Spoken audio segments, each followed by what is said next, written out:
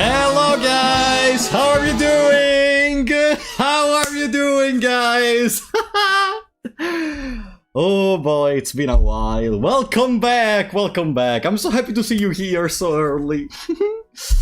Oh boy, I'm not used to this anymore. After 2 weeks, I'm not used to streaming anymore, but thank you so much for being here, guys. And welcome to my...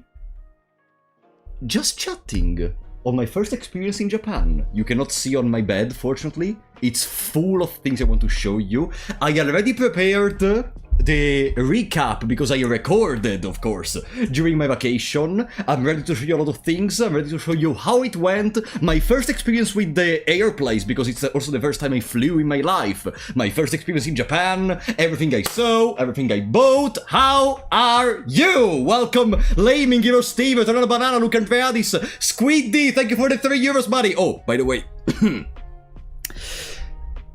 I am not feeling that great. If you see my nose, it's kinda red. So even right now, I was trying to scream a little bit. My voice is dead because I caught almost a flu during the last days. So if you don't see me completely energetic, it's because of that. But we cannot stop here because today we have this.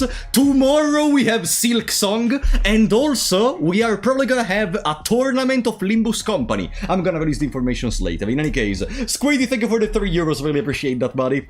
Jory, thank you for the 10 memberships. Welcome to the 10 new big shots. Thank you so much for the support.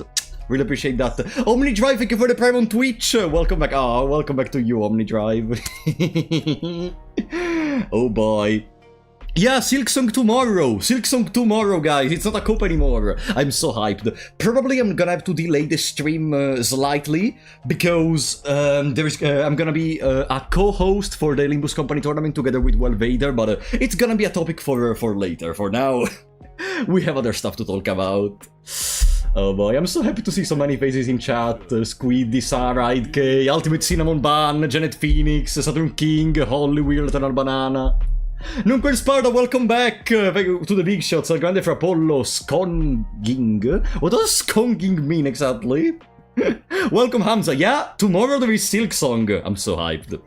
I'm already ready to buy it. I don't know if there is a pre-order or something, but I was so angry when I was in Japan because I was like, I didn't have a computer, so I couldn't like change the planning from the stream. Fortunately, I found one of my friends which had a MacBook from which I was able to reschedule the stream. A new intervallo when we also have the new intervallo for Limbus Company. Oh yeah, we have so many things to do. We will see. We will see. Can you delay tomorrow's stream so we can play the game before you and backseat you? Actually, that's a good idea. Fuck off. Fuck off. You and everyone who's gonna try to I mean, it doesn't even matter! Even if I play it literally 1 day after it comes out, people are already gonna be in chat like, if you go there, you can fight the secret boss fight, which is gonna be able to kill you in 1 hit or something. It doesn't matter. My chat is made of the most lobotomized people. I'm so happy to be back. I'm so happy to be back. Bonne, thank you for the Prime on Twitch. Welcome back. Thank you so much, Bonne. Nothing is working on stream, of course. The alert for subs. Ah, no, it's working! It's working! Ah! Okay, oh! One thing is working! Perfect. Stark, welcome back to the big shots. Welcome back, hope you enjoyed the trip. Oh, you're gonna see. You're gonna see. I enjoyed it a lot. There are even some other things about the trip we're gonna mention later. Even more personal ones, but there is a lot of stuff to say. I won't be able to watch the stream because I'm playing that game blind and deaf. And mute, I've been waiting 8 years for it, understandable, no worries, Hamza. Like, I would do that too, I would do that too. In fact, if anyone backseats during the Silk Song stream, they're gonna be banned forever from my channel. Starg, thank you for the 50 memberships! Welcome back to the big shots. Thank you so much, buddy. Oh boy. Oh, we have so many things to talk about. Oh, I don't even know where to start. I honestly don't even know where to start. Thank you so much, Stark, though. I really appreciate that. Well...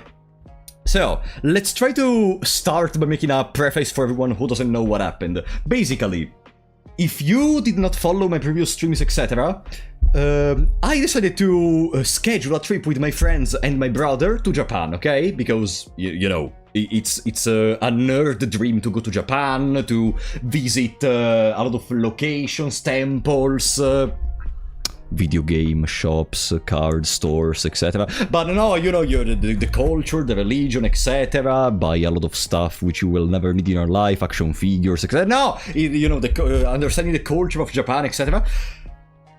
There are only a couple of problems, like, I was very scared of airplanes in my life. I have never taken a plane before this trip, at all.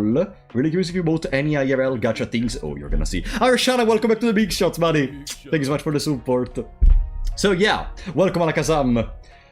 I was kinda scared, you know, I've never taken an airplane in my life. But since we got the chance... Oh, actually. Let's start. I prepared something for this.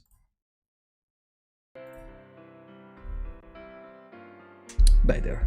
A little bit more elegant, okay? Today's gonna be a very chill stream, okay? I don't plan to do anything crazy or something. We just discuss what happened in Japan. I show you all the stuff. No worries, I have a lot of stuff to show you. There is gonna be time, It's gonna be long, because I have like 1 hour and 30 minutes of recordings, plus some images to show you, plus all the stuff I bought. Raylight, welcome back to the Big Shots! I'm on holiday. Ooh, have a nice day then. Different country missed you. Aw, thank you so much, buddy. So, basically, our plan was going from Italy to Zurich, and then from Zurich to Japan. It was literally the most economic way we were able to schedule to be able to do it. And I think I'm one of those people which believes an image is worth 1,000 words, or in this case, a video is worth 1,000 words.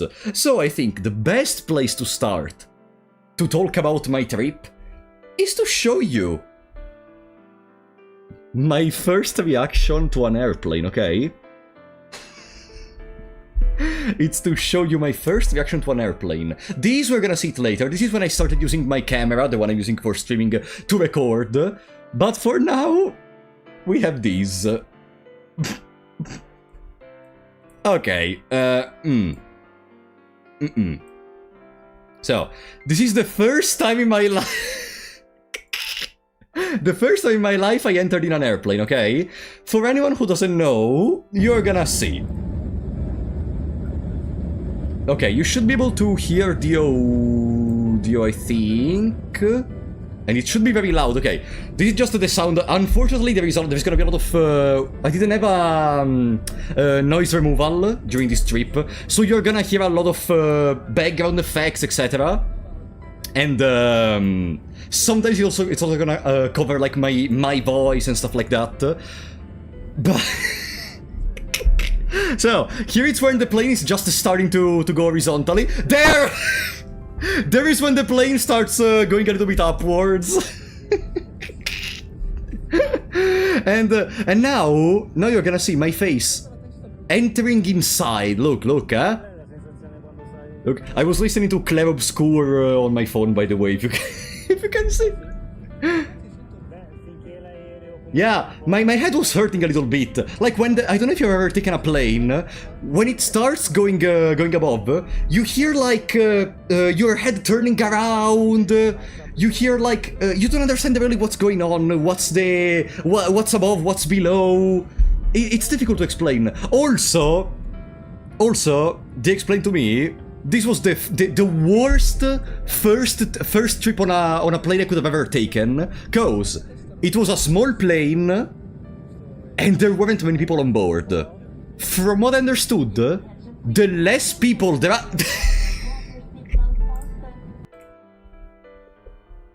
From what I understood, the less people there are on the plane, the more turbulence there is gonna be. And for anyone who is not used to this, that's my reaction. Hi Tenma! The secret is to chew gum to make the pressure go away for 5 minutes. I didn't have these kind of secrets, unfortunately. I'm gonna remember that for the future then. But yeah, so this is my... This is my reaction to my first trip ever on a plane. And it was a short flight, fortunately, from Italy to Zurich. It was only like 30 minutes or 40 minutes. They also gave you some chocolate. I flew with the Swiss company, I think it was called. And I'm not regretting it, like, it was honestly a pretty decent, they offered up some pretty decent food in general, so I'm pretty happy about it. And yeah, that's the end of my first trip, on a plane. And that's how the vacation starts. All things considered, I was not prepared for it at all. But it was not that terrible as I thought, you know. I had a big aerophobia before starting this trip, etc. But my desire to see Japan was much bigger. How asked the airline food? Oh! Stop donating, Unpopular, okay? I don't know if it's an unpopular opinion, but I'm gonna say it regardless. Plain food is mwah! Relax. Let me explain. Curry, thank you for the 59 knock, buddy! The worst first plane ride experience would be your last one. I mean, how to contradict that? Thank you so much, Curry. So, let me explain. Plain food has a special charm to it, mostly because there is something there is something magical in being in that enclosed space with your little table, with your little fork, having to eat like a very small portion of food. I don't know. It feels very familiar in a certain sense. I was close to my brother on the plane, etc. I don't know.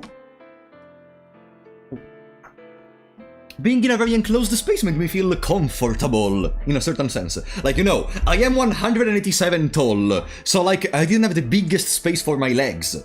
But there was still something magical, I don't know. On Swiss Company, we ate pretty good. There was stuff like chicken, there was lasagna one time, there was a salad, they bring you ice cream, they bring you tiramisu. We had the tiramisu on the returning plane. There was the TV to watch movies.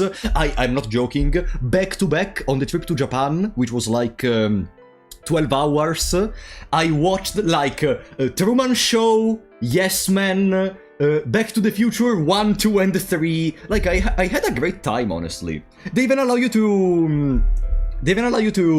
recharge your phone, etc. I was able to play Clever Obscure, but I think before, instead of just talking, why not showing you? So, this is the first time ever I used my camera to record, okay? I had to also buy the SD card. The regular class seat was not painful. No, not that painful after you get used to it. Like, of course, when you stand up, you're gonna feel a little bit hurtful, but you can, like, stand up every couple of hours because you can go to the bathroom, you can just stand up to relax, etc. So, not that big of a deal. In any case, the first time ever I used my camera, and I didn't realize the microphone was not turned on, so for the first 20 minutes of this video, I literally do not say a single word that you can hear.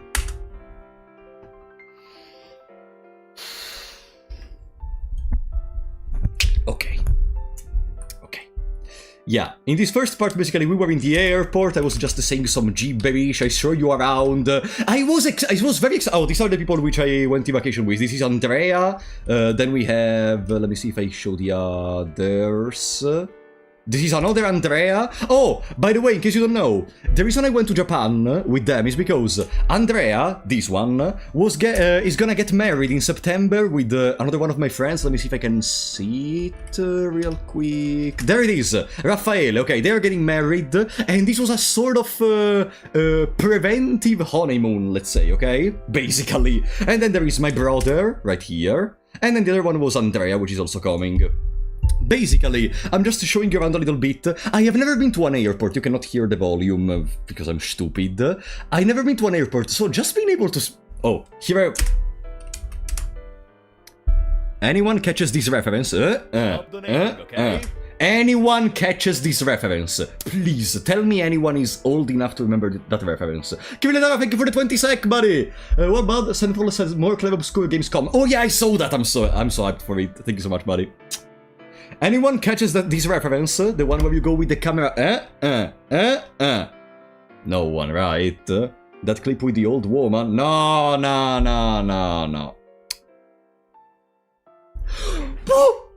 Clodax! Clodax from the Twitch chat is the GOAT. Even YOLO Boy. Even fucking Mr. No Name. It's Mr. Bean. It's the movie of Mr. Bean. The one where he goes... I love Mr. Bean so much. That movie was my childhood when I was younger. It was so good. I love Mr. Bean movie. Okay. So yeah, unfortunately there is not much else I can... yeah, I was being very... I am gonna be very annoying during the vacation. Mostly because it's the first time ever I record. And I'm not used to making vlogs. You will see this even later when I can actually speak and you can hear me. But yeah, in general... I'm gonna be very annoying, and I'm also gonna be a little bit shy, on a certain sense, because despite the fact that, you know, I stream weekly with you, we talk, etc., having the camera in my hand and talking... Oh, here I'm gonna show you something. Having the camera in my hand and talking is kinda different than having, you know, a stream, standing at your position, having a microphone, etc. With the camera you feel a little bit more... I felt personally a little bit more shy, so in the first parts of this video when I start talking, you are gonna even hear it. Do you speak Japanese? I speak 3 words in total. Tsunimasen, onegai shimasu, kore, and that's it. And those are the only things I know how to say. Oh yeah, I do have glasses, now I have contact lenses. Here I show you the most important thing. For the trip, I bought Vampire Survivors and... where is it? I even have the Balatro on my phone. I bought those 2 games specifically to keep me company during the trip. Thank you for the 25 knock, buddy! Don't worry, you're always annoying. Compliment. Thank you so much, buddy. I bought Balatro and Vampire Survivors for the trip, and can I say... Vampire Survivors is the craziest experience ever. Let me see if I can quickly get Vampire Survivors to show you. Over the course of my entire trip, I played a lot of time to Vampire Survivors, and I gotta say, if you have never played Vampire Survivors, okay? Take it. On phone it should be free, on PC it's like $3, if I recall correctly. I don't have it on PC yet, but like, I'm booting up the game real quick. But I've been playing for quite a bit. Come on. Like, I got a lot of power... I got a lot of power-ups, I got even a lot of characters right over here, you know. I didn't finish the game at all, but I am so excited to continue. I think this is gonna be my new addiction whenever I'm on the subway or anything else. It's so good. You can port your save from the phone to PC. Really? I didn't know that. I'm gonna remember it when I have the time, because I want to do it, probably. Janet Phoenix, thank you for the 25 PLN, by the way. Karaoke night tonight, so I will watch VOD, but I need to ask. Were you a good sleeper agent and made Connor try about my corporation? Unfortunately, I was not able to meet up with Connor, but we're gonna write to that later, because we were trying to schedule it, but did I step on something? I know. We were trying to meet up together, but there was no time, literally. You're gonna see the reason later. In any case, Vampire Survivors is the GOAT. To continue, this is still muted, unfortunately, but yeah. For the most part... Oh! Here we go. This is already the second trip, if I recall correctly. This should be the second trip. Ah, yeah, because we were close to another person on the plane. Yeah, I was unfortunately not close to the window, so I wasn't really able to see much of the start of the flight. But I'm not lamenting. Okay. Starg, thank you for the 200 hours. I haven't played Vampire Survivors yet. Got it on my to-play list. But if you liked it, may one eventually consider a Holocure? Holocure. Okay, I'm gonna remember that.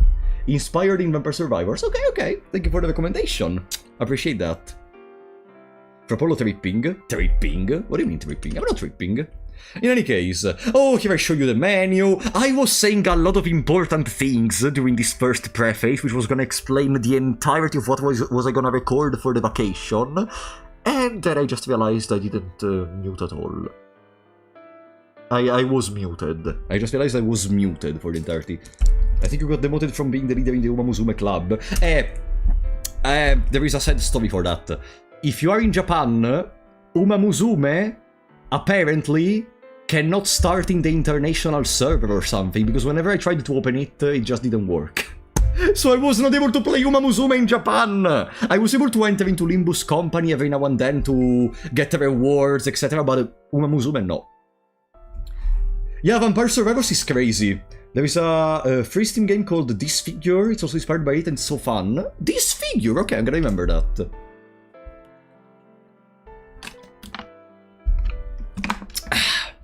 Yeah, I was not able to play Uma Musume, unfortunately. In any case... Oh, the food! Okay, the food. Oh, by the way, you can see the Clever Obscure playlist in the left side. I was literally listening to Our Drafts Collide, which is fantastic.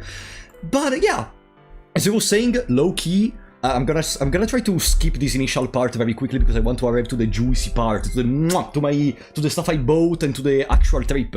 But Japan food, the flight food, there is even a fruit cake. If I recall correctly, this is fruit cake. It was fantastic. And being in this enclosed space, barely able to move, etc. There was something magical in it. That's all I have to say about it. Here, I have no idea what we were saying, honestly, but that's not important. I even love the fact that they turn the lights down whenever it's late. And also periodically, that's the ice cream I was talking about. Periodically they keep coming back with like drinks. There is Coke, there is apple juice, there is peach juice, there is coffee. You can really get everything you want. It's so cool. Why so close? And there is not that much space on the plane. Oh, that's my personal pillow that I had to sleep. How much money did you spend except for trip and hotels? Shh. Oh, here I was showing... We were almost there! I was so excited when I was almost there. And unfortunately there is still no audio because I'm an idiot! And here we are. This is our first house ever. It was not that big, honestly. But for how much we paid it... I think it was kinda good. Like, there was one toilet, there were 2 bedrooms, there was air conditioner, and we basically didn't do much for the first day because we arrived very late. We were just setting up all our luggages, checking out the house. Mostly late, okay? Not much else, unfortunately. But, hey, it's just the beginning. It's just the beginning. Welcome, Listrozoer. Was it too hot weather-wise? Oh! Okay. So, I think you're gonna see it in the next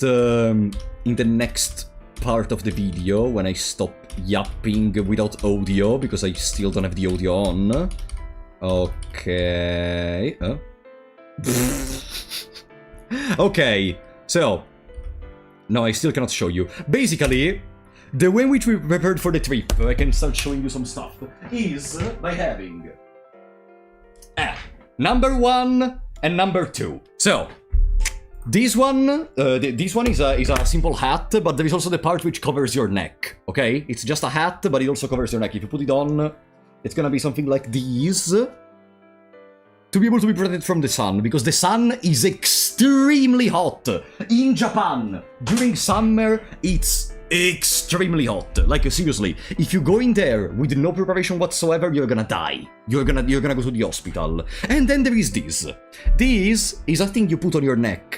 You turn it on, and it like puts some cold air on your neck to keep yourself a little bit more fresh. This was a lifesaver. Without this, I would have literally died by sweating at one point. There is just one problem. And I'm gonna arrive to it in a second. What? You never heard of it? You can buy it for like $20 online, I think. It's like when you live in Italy and then you go to Spain for the first time. I've never gone to Spain, so I actually don't know what happens in there. But it's pretty good. It's pretty good to have that little gadget with you.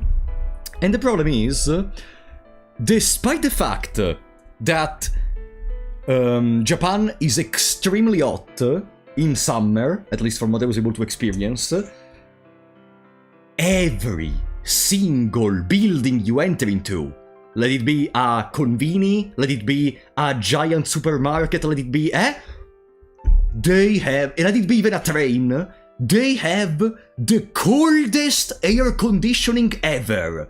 You have no idea. Do you know when you go to a swimming pool and you like, you know, you have to enter into the box of cold water before entering into the actual swimming pool? Okay, imagine that. You are feeling very hot. You enter into the box of cold water and suddenly you are freezing. Then you come out and there is again hot. Then you enter once again into the cold box. It's a mixture. I really don't understand how do Japanese people not get sick every day. Because outside, it's extremely hot. Inside, it's extremely cold. If I did not have my fucking jacket always with me, whenever I entered into anything, I would have died. I would have died. Like, there is a reason for which my friends, my brother, everyone at some point of this vacation got sick. I got sick right now, fortunately, with the last part, so it's not a big of a deal. But you have no idea! You have no idea! One of my friends on the first day caught a flu! Boo. You kinda just get used to it. It's similar to how it's in Texas. Kaivan, in 2 weeks, I did not get used to it. In 2 weeks. I don't know, maybe you are gonna say you need 2 months. Okay, I'm gonna die before I reach 2 months. Boo. In any case. For now there is still not audio. Okay. Now, the actual interesting part of the video starts. You need a lot longer. Okay, I'm gonna die before I arrive to the lot longer part. So, what's the first thing you visit once you reach Japan for the first time in your life and you are a nerd? Of course, Pokemon Center. These places were so fucking cool. You know, I despise the new Pokemon games, but being able to see all these plushies, cards, action figures, random thingies, there were some other... there is even these free thingies, which I have right here. They display a couple of Mega Pokemons. I brought them with me from Japan. I don't even understand what are they supposed to be exactly, but they are so cool! And... these designs, automatically, the design in which these cards are made, it's gonna be part of one thing I appreciated a lot from Japan. Every single product you find in Japan is full of these fancy colors. Okay, there are the Pokemons on it, but I mean even the background. These fancy colors, you're gonna see them on noodles, on food in general, on fucking beauty care stuff, etc. All their products are packaged into colorful stuff, and just looking at them it's a joy for your eyes. You're gonna see later once I show you more shops. But yeah, we just started going around a little bit. These are some terrarium Pokemon, which is like some little constructions you can make randomly found in gachas, in gacha boxes, but I didn't buy them. Yeah, these cards, these cards right here were free, by the way. They were free. Then there were, of course, mangas. You couldn't turn around a single second, either it being a Konbini, either it being a normal store. There were mangas, there were action figures. Konbinis sell Gundam. You're gonna see later. For anyone who doesn't know Gundam, they're basically stuff you can build. There were action figures of Yu-Gi-Oh! There were action figures of Digimon. That's a Jigerobo for anyone, for the oldest fans of this kind of mecha series. There were Gundams. I think in this first part of my trip, this is a jump store, by the way. It was on the same building of the Pokemon Center. I think in this first part of my trip I did not buy a lot of stuff, but among the things I bought, and in here I can start showing you some stuff, I think I bought this one? Yeah. I bought a Pokemon plushie, of course, because why not? I got Mew! I got Mew because it's so cool. It's so cool. It's the peculiarity of the plushies in the Pokemon Center is that they make them of various size. Okay, there are the small size, the medium size, the big size. So not only you can choose the Pokemon you like, but also the format you like. I took the small one because the little Mew is gonna stay forever with me. I can also use all the stuff I bought to redecorate the background. I'm so hyped. Oh, by the way, I don't know if you saw it.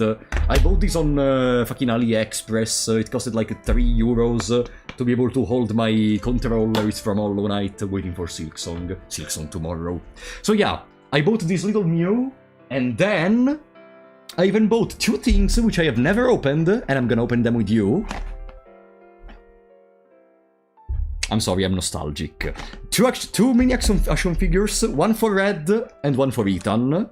PS5 controller. Oh, that's from the person that I borrowed the PS5 from. I have never opened them in my life. I'm opening them for the first time with you. Here we have our little Red. There we go. And then we even have our little Ethan. For anyone who doesn't know, Pokemon Heart Gold is like my first or second favorite game in the franchise, and I love these two bastards to no end, so I needed to buy them. For our first stop at a Pokemon Center, I think it was pretty good in my opinion. Also, we were starting to get used to the normal procedure in which you're gonna visit places in Japan. FG, you're gonna like it, thank you for the 10 star, buddy! My god, put a handsome alert on your title. Thank you, buddy. I love Heart Gold and Soul Silver. I'm not very into Pokemon. I mean, you could try some of the older games, they are still pretty good. But if you don't like Monster Collectors, I guess... fuck off. No, I mean, it's a valid opinion, Also, these fucking action figures of Obelisk, Yu-Gi-Oh, for anyone who doesn't know, they are so fucking cool. Unfortunately, they costed a lot. Like, they were like 6,000 yen each. Quick conversion, 1,000 yen, it's like 6 euros, okay? So 6,000 yen, it's like around 36 euros, between 36 and 40 euros, more or less. So, they were not that economic, and in most places they were almost sold out. I think even here there is written sold out, so we weren't really able to buy them basically ever. But yeah, that's mostly what happened, but I still love them. Like... I think that I appreciated a lot of Japan, that is gonna become more clear. Oh, there is Kamen Rider, by the way, since we played Nobita Senki Ace recently, I was able to appreciate Kamen Rider even more. I think you will, I want to show you more and more, is how beautiful it is that shops like these are so frequent in Japan. You can, of course, debate if it's a good thing or not, but... having the possibility to turn around the corner and you find another shop of action figures, of toys, of Pokemon, it's something you're not used to in Italy. I don't know if in the place you come from it's something usual, but for here in Italy it's not usual at all. Oh! The infinite gashapon. Okay. So, for anyone who doesn't know these things, you basically put money in there, you turn around the lever, and, wait, am I showing you the... Yeah, I'm showing you the video. You turn around the lever, and you get stuff. You get, like, a random toy from there, okay? From a pre-made list of toys. It's basically a gacha, but in real life, basically. Let's say that later... that later we're gonna have stuff to discuss, okay? But later, for now we're gonna continue normally. Yeah, it's where the word gacha comes from. And then for the first evening, we went with something which was like, oh, this was very good. Teletubbies, sorry. This was very good. This was like egg with ketchup. There was a cream of, I don't remember exactly what. A pretty good start for eating in Japan, in my opinion. Not that great. Yeah, it was kind of an omelette. Not incredible. I ate better stuff, but like, for example, later we're gonna go to an Ichiran where we eat ramen, but in a second. Still very good, very good. Teletubbies. Okay, why the fuck there are Teletubbies in a gacha, in a claw machine? Why the fuck there are Teletubbies in a claw machine? What's the best thing that you ate? I'm gonna have a very... I don't know if it's an hot take or not. Maybe people which went to Japan are gonna confirm or deny. Chicken, but a particular chicken. You're gonna see. We're gonna see. Have you seen any pachinko machines? Oh, yes. Oh, by the way, this is an arcade, an arcade room, an actual arcade room, not like the stuff we got here in Italy, at least. Like, in here it's full of different type of games, from Gundam, there is Pokemon, there is fucking Ozu in real life with a sort of, a tambourine, I think it's called. There is Hatsbin Hotel! There is a claw machine of Hatsbin Hotel! Sorry, I needed to express my joy for this. I tried winning a Hatsbin Hotel plushie for one of my friends, but I wasn't able to do it. And also, all these lights, this is what I mean. Look, look. Can you stand still for a second, Trapollo? Look just at the food. Do you see how many colors there are? This is just a Konbini store. But all these colors, don't they give you a sensation of ecstasy? I don't know how to explain it. Then there is some random stuff. There is a Pikachu with a cop hat. And I think you get like a mini figure of a Rayquaza from there once every 40 times. Yeah, I'm saying a lot of stuff one after the other because I'm so excited to say a lot of things, but this is another important thing I'm gonna remember and I'm gonna miss from Japan. Vending machines. Vending machines, okay? In every corner of Japan, there are vending machines that sell different type of drinks. And considering it was summer, you know, we needed to drink a lot, okay? Remember it was summer, and these machines were pretty cheap, honestly. Like, 170 yen is around €1. So, like, you can get a Boss, for example, down here. It's a type of coffee, and it's like 120, if I can read correctly. Then there is water, there is apple juice, there is Mountain Dew. There is so many things you can get. And there are so many different tastes you can try. I tried, like, fucking grape juice. I tried Frisk grape flavored. I tried the simple apple juice, their coffee. I don't know. The vending machines at these prices at every corner of the streets. Every time you want. Mwah. You can eat a lot of food fairly cheaply in Japan. Dangerous place for me. Yeah, you can eat a lot of food fairly cheaply. And we're gonna arrive to it later, because the first place in which we have lunch instead... I think we're gonna go there right now. Oh no, we already skipped it. The first place we had lunch into was... Oh, there are some cat people, by the way, furries. The first place we had lunch into... was an onigiri place, okay? Onigiri are those bowl of rice with various flavors. They were delicious and they costed like €4 total for a full meal. €4 for a full meal. And I think very soon... Someone was asking about Pachinko. Okay. Here there is something I don't really understand, and maybe some of you are gonna be more cultured about this than me. Why the fuck Pachinko slot uses ReZero, Evangelion? One of my friends told me they found a Devil May Cry Pachinko slot. Why do they use fucking anime for their slot to sell more? Okay, but listen. Imagine I am a 40-year-old old man with a long beard. I just had a very terrible day at work, and I want to go to a slot, and I see a stupid blue-haired girl on my slot. What the fuck do I care? What the fuck do I care? Like, I don't know, maybe that there is something in the mentality of Japanese people I don't understand, but is there a reason for which you need to put ReZero on slots? Because people are so into them. Okay, no.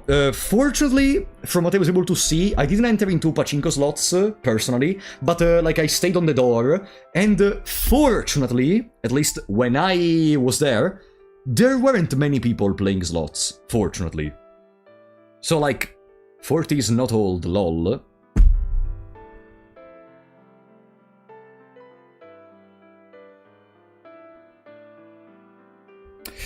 It's the new generation of gamblers because of gacha. Okay, fair.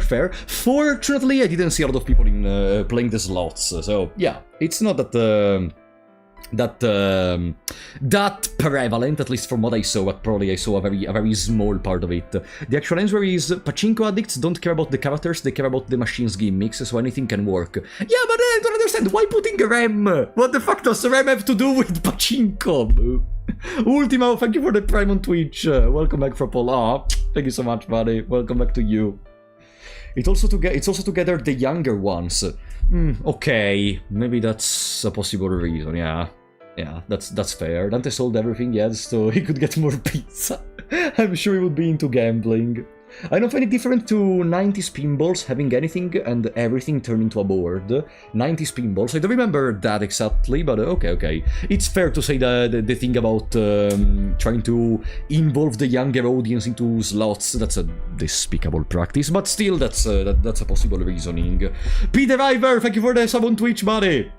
Thank you so much for the support.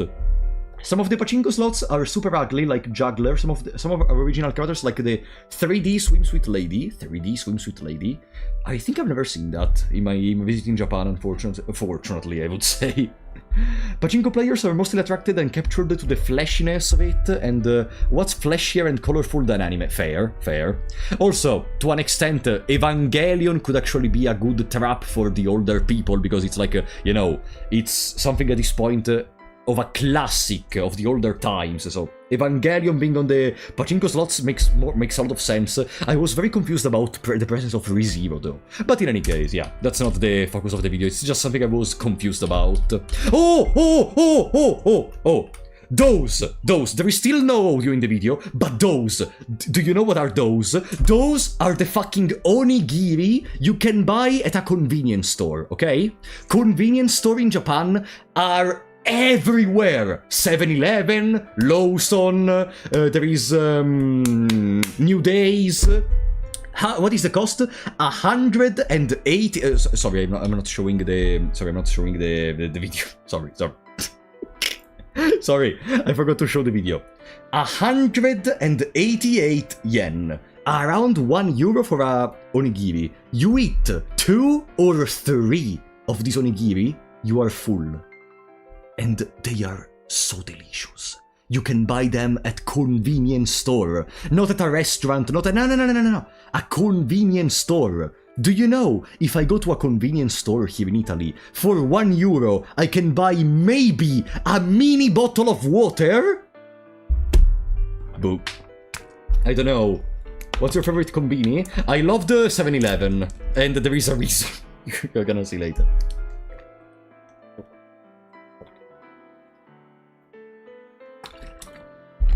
There is a reason. Like, 7-Eleven is gonna be incredible later, because we did some stuff with the 7-Eleven, but that's stuff for later. Still. Oh, okay.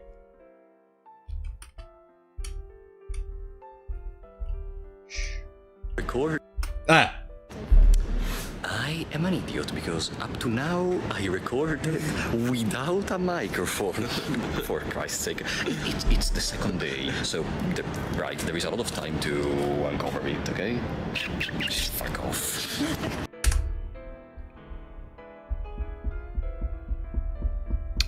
If my friend did not look at my camera, the entirety of this trip wouldn't have been recorded with audio. Okay. From now, the volume the audio starts. You have to tell me if the volume is correct, because I did not have time to check. To check. This is the 3D cat, basically. If you look at it, it seems it's real, but it's of course a projection. I don't know how does it work, but it's so cool. It turns around, the building moves, it comes out of the building. It's so cool, I love it. I have no idea how does it work, but is the volume good, by the way? Now that you can hear the cat going like, is the volume good, or do I need to increase my voice? Do I need to increase the audio of the video? Volume up, volume good, a bit high. Hike the volume of the video. Okay, I'm gonna reduce it then. Oh, that's Godzilla! I wasn't able to get any closer because they were like, they were doing some works down there. But yeah, that was Godzilla. Don Quijote. Kirby, thank you for the 25 knock, buddy! You have very pretty eyelashes. Oh, thank you, buddy. Appreciate that. Don Quijote. Don Quijote is basically the mega market of Japan, okay? There are multiple Don Quijote, they sell a lot of different things. They were not my favorite place, but there is, let me see if I can find it actually, since we are here on stream. I think I can make you hear the little jingle that plays usually at Don Quijote. There we go. Let me, for a second, remove the volume from there. Application audio capture. Shh.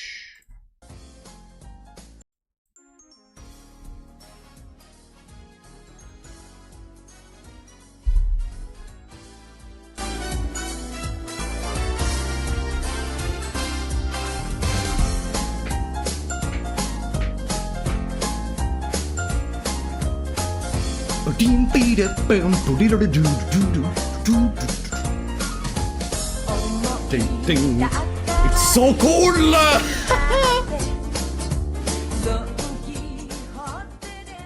I have no idea who is the genius that composed this fire of a music, but it's so cool to hear. And give me a second, because now arrives the best part. Give me a second. Don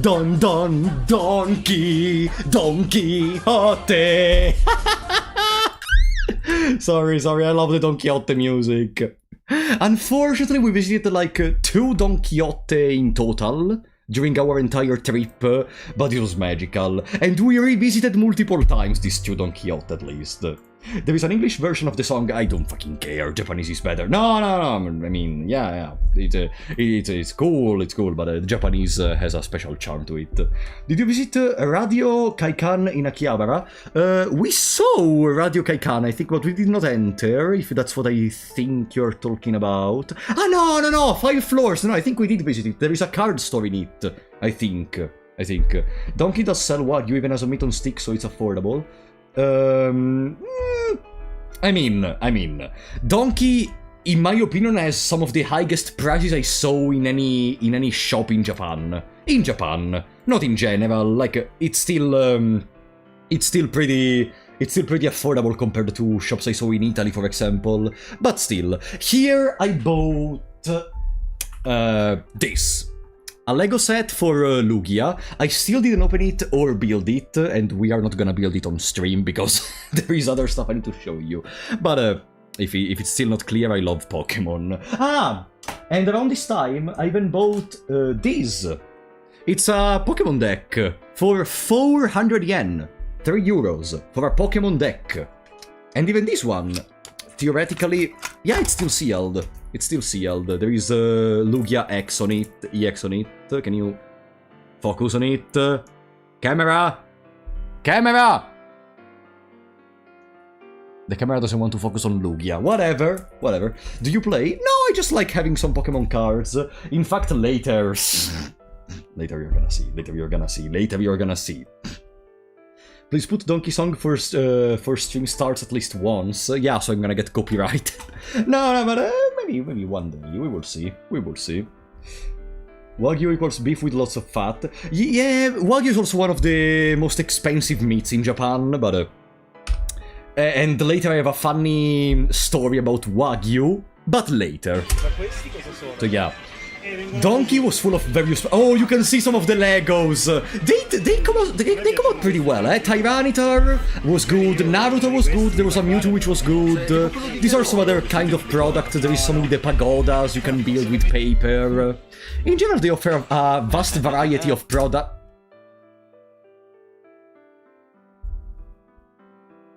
They offer a vast variety of products in general, okay? Like, they go... And you know what's the thing which surprised me a lot? I'm gonna be very transparent about this. You can go on the same floor very quickly from... literally, stuff that you sell to kids, like there was a Luigi costume at one point, you turn around the corner and they sell fucking sex toys. Like, literally. Imagine you bring your kid to the store to do shopping with them, they randomly start walking in the corner, Mom, what is this? Oh, I don't understand. Their brain is just too large, probably. But yeah, it happens. And... I'm gonna miss this. Being able to enter into a shop and seeing so many cool figures displayed, the Gundams. I don't even know. No. Here there is Bad Bats Maru. Here I tried to... I wanted to buy... where is it? I'm gonna zoom on it. Come on. There! That stupid Bad Bats Maru. I wanted it so much, but it was a little bit expensive for what I wanted to spend that day. I was trying to have a sort of budget every day to not waste all my money in one single moment. Taito Station! So, we are in Japan. What do you think it's gonna be the Taito Station? You like video games? What do you think is gonna be the Taito Station?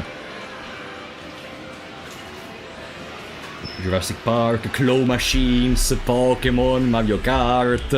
It was like 4 or 5 floors, this particular Taito Station. No, it was not Pachinko. It's an actual normal arcade shop, despite there being a lot of claw machines.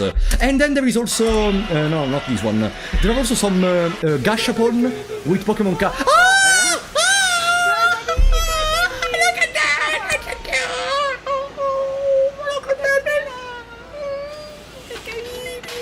Sorry.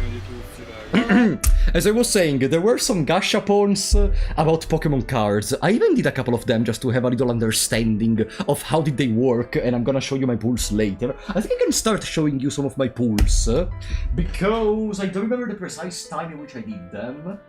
But basically, the gashapons... give me a second, I'm taking the cards I got. So, the gashapons ranged between, like, you could have a gashapon for 200 yen, in that case there were lower rarity Yu-Gi-Oh cards, then there were the 500 yen one, and then there was the 1000 yen one. And you know what's the peculiarity? Despite the fact that for the majority I got mostly common cards, a couple of times in a particular store in Japan, despite the fact that they of course are not that rare, they are simpler cards, etc., on a 500 yen Pokemon Gashapon machine. No, sorry, wrong one.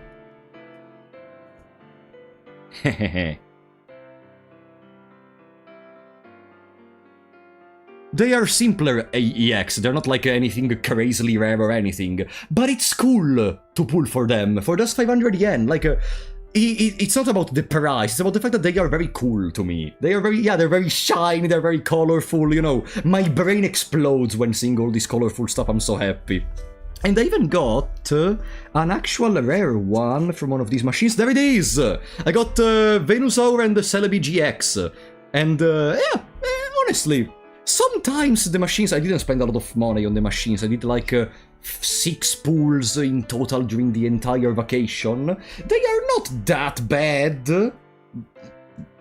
Actually, no. Listen, I'm supposed to be educational. Do not use the. If you ever go to Japan, do not use the Pokemon cards gacha machines. Okay? Do not do that.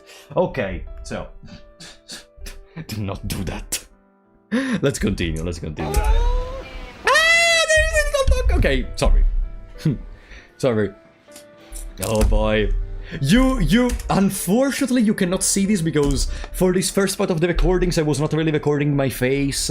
You have no idea, I was not able to stop smiling while I was going through Japan. Like literally, I was turning left and right to see every single building. I was like I was so happy. Like my brother isn't usually that surprised. Like my brother doesn't really notice me that excited for something normally when visiting stuff together. This time he literally told me after the vacation, it was so good seeing you so ecstatic when you were to Japan. I was so happy. I don't know. In any case,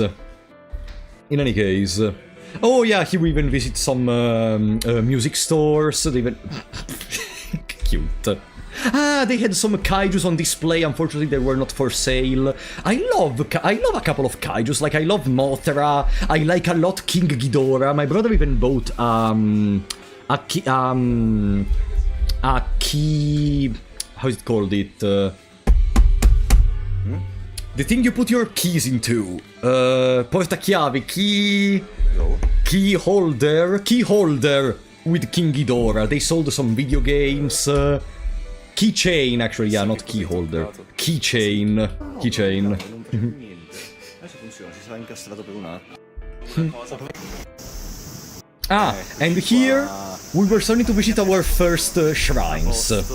Temples in Japan are some of the most beautiful things I have ever seen in my life. Starting just from the simple torii, these giant monuments that, from what I understood, once you leave the temple, you have to kneel in front of them, and you're not supposed to pass in the middle if you have to be purified. You're supposed to pass from the sides.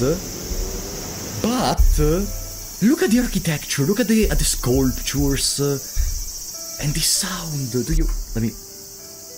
Shh.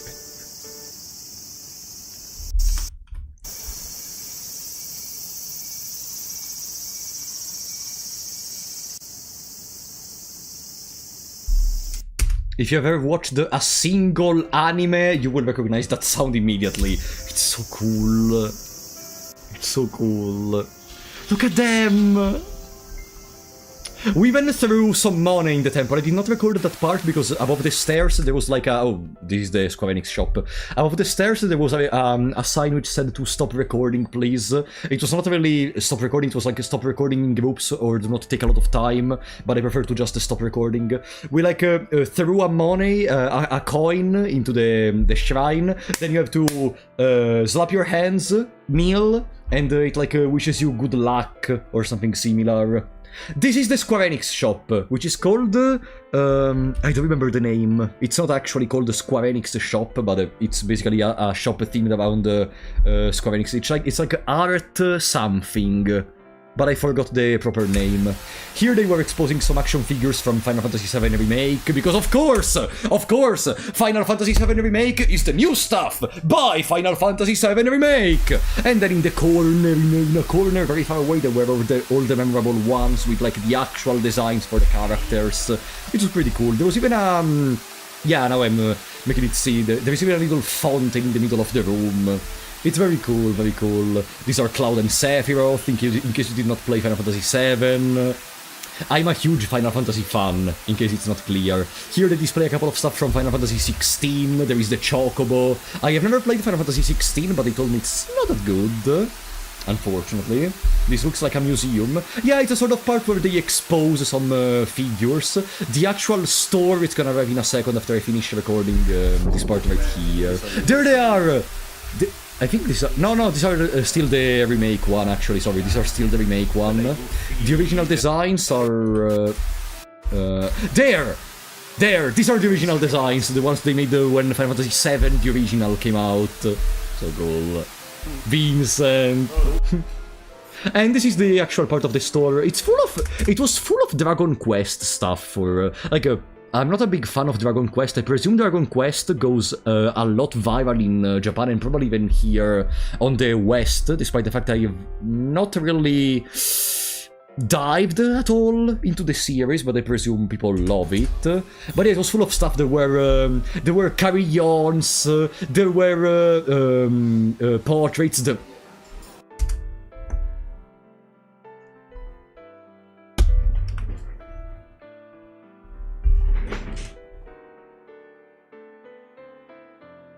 Berry.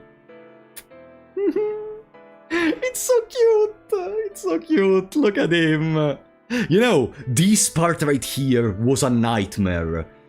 Basically, this part right here, as you can see, it's very fragile, okay? And my luggage was already full after the first couple of days. The problem is, we have to travel a lot, we had to change our hotel a lot, because we went from Tokyo to Kyoto to Osaka to Hakone back to Tokyo. So during transportations, I always had to be very careful about this particular part. Thornberry has stayed close to me for the entire vacation, just to be sure it didn't break. And it didn't break. He arrived completely safe at home, I'm so happy. Did you have to get more suitcases? Oh yeah, we bought another suitcase near the end of the vacation, and it was pretty affordable. We spent literally 3,000 yen, which is 20 euros. Me and my brother, we shared, so like 10 euros each. for one luggage, which was better than my luggage. We spent 10 euros each for a luggage better than my luggage. My luggage was like, I don't know, 50 euros in Italy. Boo. Boo. In any case.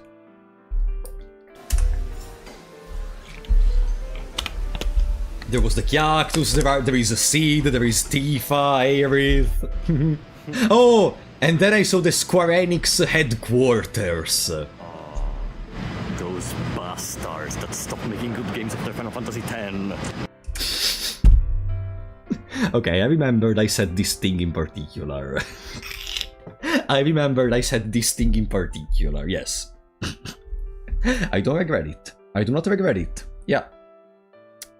Final Fantasy X was the last good Final Fantasy. Fight me.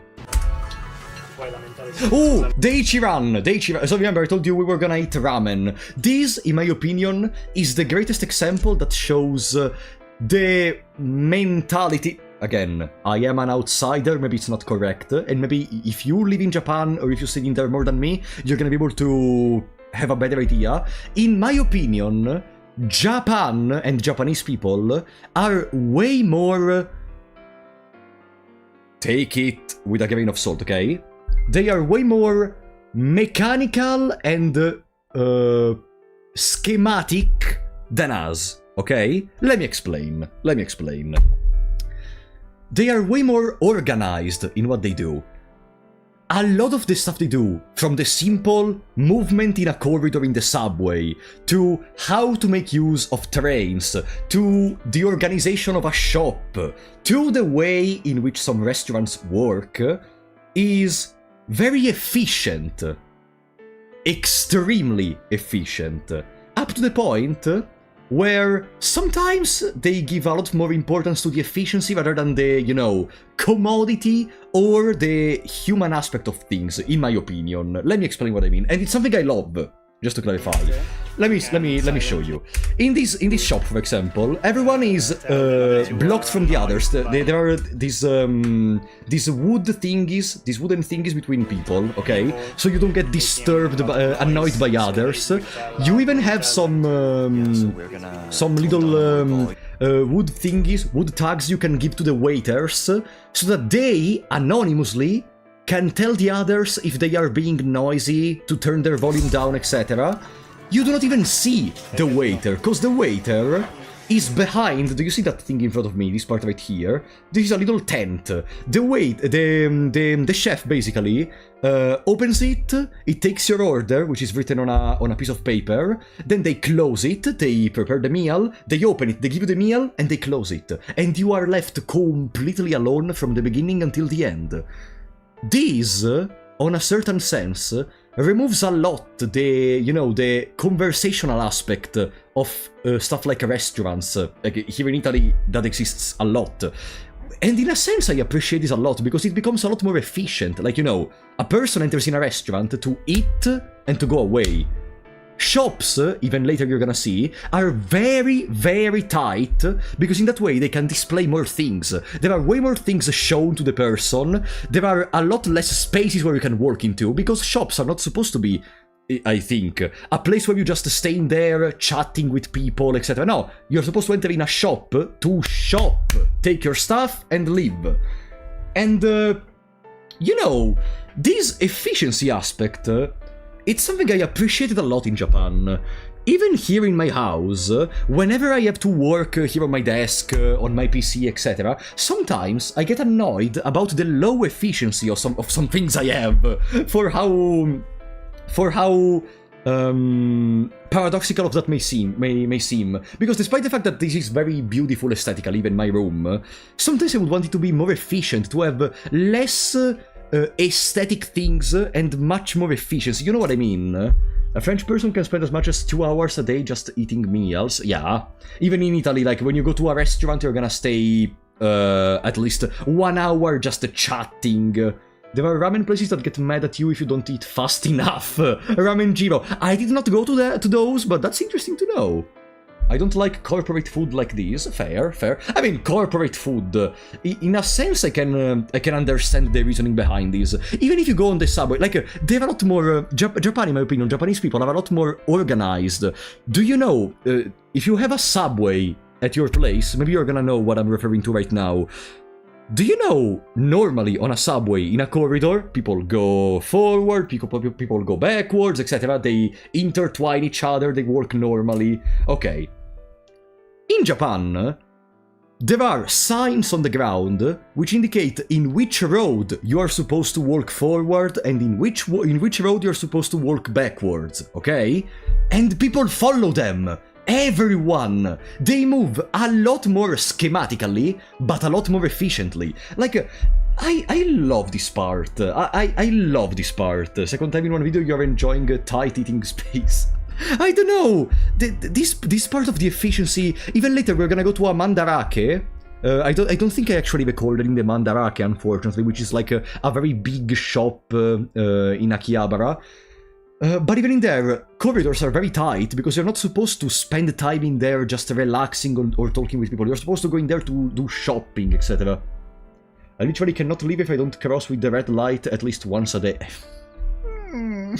Okay, whatever. It happens. Still, it's still my idea. It's the idea I had around this time of Japanese culture. Maybe it's wrong. In some parts, though, I like this efficiency I noticed. By the way, this ramen, mwah. I always took spicy ramen and I did not regret it. It was so good. Did you try different kinds of Japanese alcohol? Oh, I tried sake. You're gonna see later. More action figures! More action figures. I think this was the first Mandarake we visited in Tokyo. I think. And in here, I bought another thing which I never opened, and I'm gonna open it with you right now.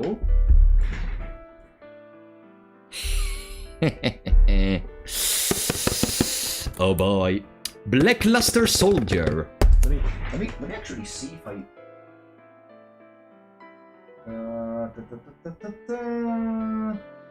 Aha! There we go. Give me a second. Sorry.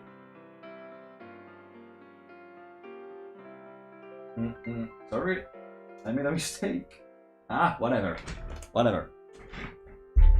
Blackluster Soldier, do you remember it? Yeah, it's Yu-Gi-Oh!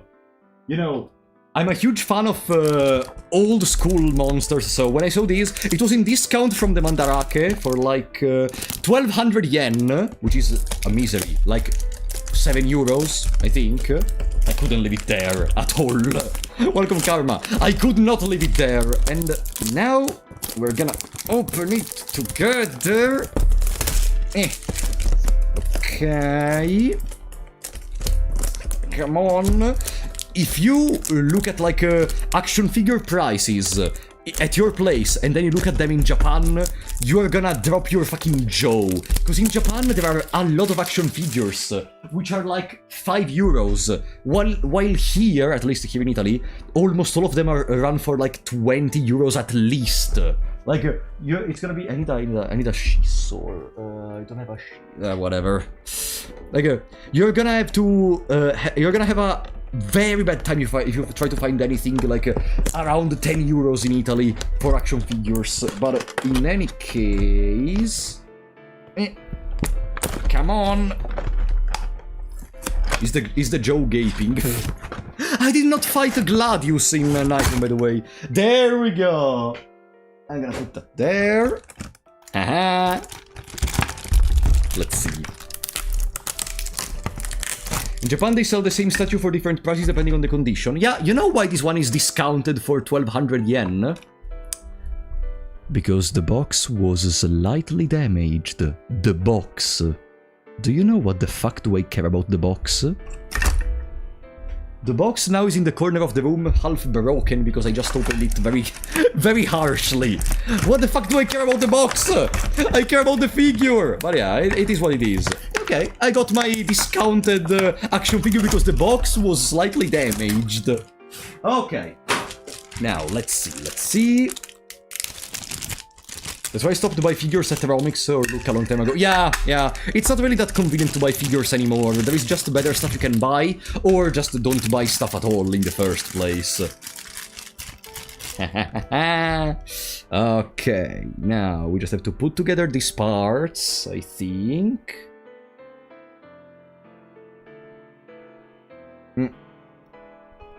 Okay.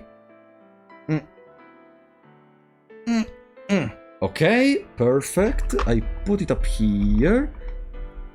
Haha! And there we go! Blackluster Soldier is ready! Literally the same position as the card, by the way. That's fantastic. Gently, don't use force. And gently didn't work! By the way, sorry, something fell in here. Okay. There we go. And Blackluster Soldier is gonna be permanently placed in here. Now I'm gonna move it later. For now, it's gonna stay there. Oh boy, I've been waiting to open a couple of things. I didn't open everything while I was in Japan, so I could open some stuff with you, but... I bought a hugely boobed figure at Luca once. Fantastic, buddy. Okay. I don't remember... Ah, that's the Japanese Big Ben. Boo. Another shrine. Oh, this part right here. Oh, we were literally in a pseudo-industrial area up to a second ago. We worked a couple of steps in here. It seems an entire different place. Like, you have no idea. You feel so immersed in nature. You feel so immersed in nature just a couple of steps away from the road. And we took advantage of this part to open some Pokemon packages.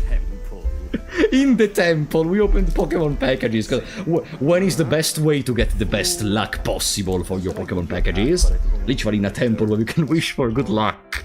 We didn't get anything relevant though. Okay, there were some cute cards though, and they were still our first packs opened.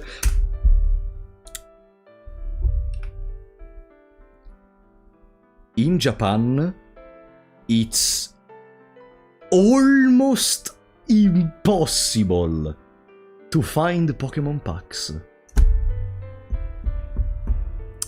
Because everything is already sold out. If you want to be sure to find Pokemon packs, you need to go to Pokemon centers, or sometimes some card stores have them, but even if they have them, most of times they are overpriced. And oh, we are gonna talk about overpricing later with Black Bolt. Just you wait, Later, there is an ordeal for Black Bolt. For anyone who doesn't know, Black Bolt is the latest set of Pokemon in Japan, the one with the Reshiram and Zekrom. Later you're gonna see the ordeal of Black Bolt, okay? But later. Trust me. There is a reason I'm saying this. But yeah, in any place we went, all the packages were sold out, either it being a Konbini, most card stores, and the card stores that did have some packages were overpriced. The Green Midnight. Ooh, beautiful! Ooh. Huh. Now your chance to be a big shot. Nicky Mator, welcome to the Big Shots, buddy. Thank you so much for the support. I hate scalpers. It happens a lot. Oh, sorry. I forgot to turn on the video. Sorry. A couple of beautiful images. I was still experimenting a bit with the camera, you know, I'm not that used to...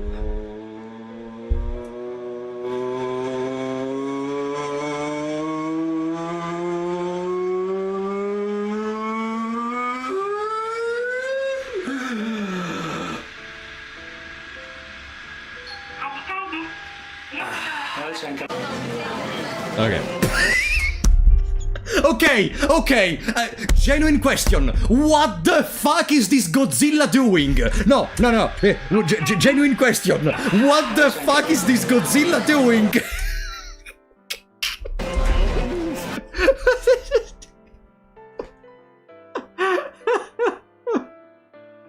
I am not a fan of Godzilla, but Suka. That is Godzilla's son. Ah, and you're not joking. Okay.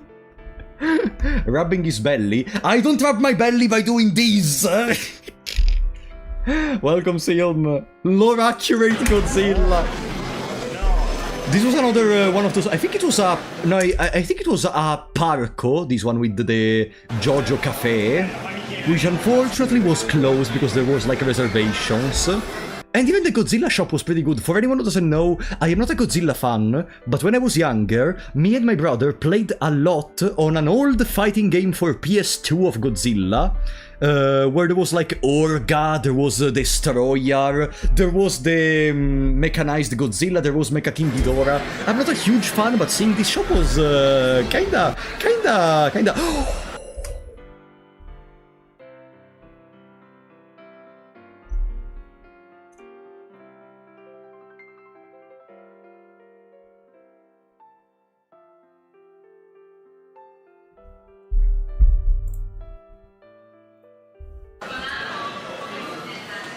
Sì, bravo, vai a dire. Sono le statistiche di... Oh, can that fucking person go away from you too? Can that Okay.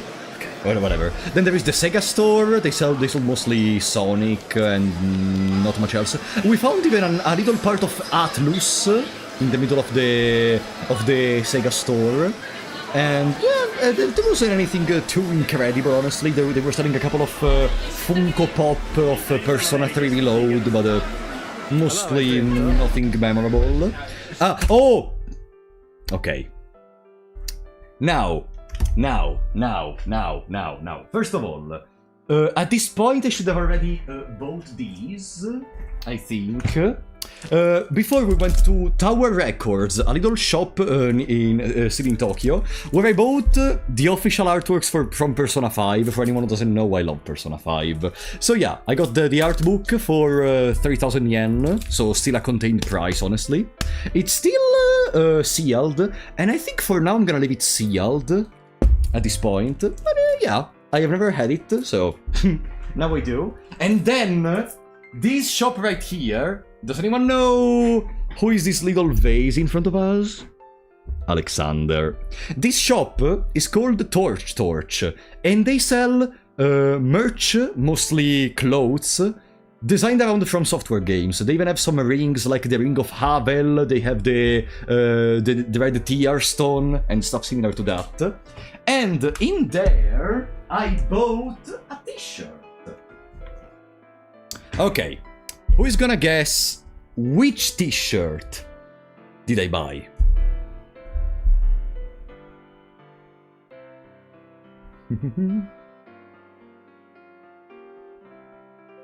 Imagine. There can be something related to From Software game on this t-shirt. What did I buy? John Dark Souls Artorias. I wanted to buy the Artorias t-shirt, but there was only one Artorias t-shirt and I did not really like the design, unfortunately. So I got my second favorite, my third favorite entity from the From Software universe.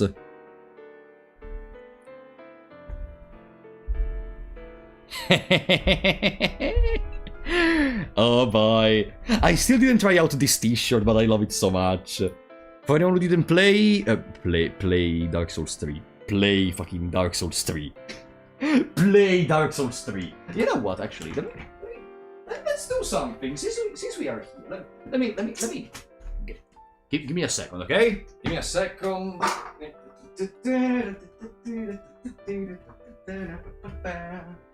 Okay.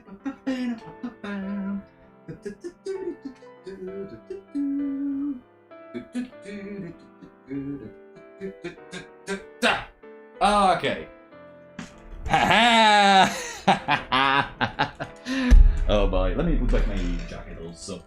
Now we're gonna stay with the Nameless King t-shirt for the rest of the stream. Having his own theme like the Epic Man is. I love the Nameless King, it was so good. There were even some other cool designs. There was Malenia on a t-shirt, there was Genichiro, there was... who else? There was Ebrietas at one point, but yeah, in general, I decided to take Nameless King because it was not that expensive, and I love Nameless King. I love Nameless King. They're not nameless.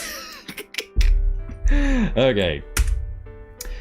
Then, what happens next? Ah, there was even a Metal Gear store around there. And,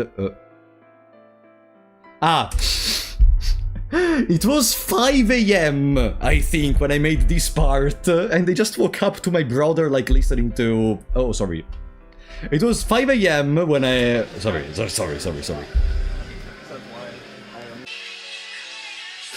It was 5 AM, I woke up to my brother listening to anime songs to wake up, because we needed to travel. I think this was the day where we went to Tokyo, to Kyoto.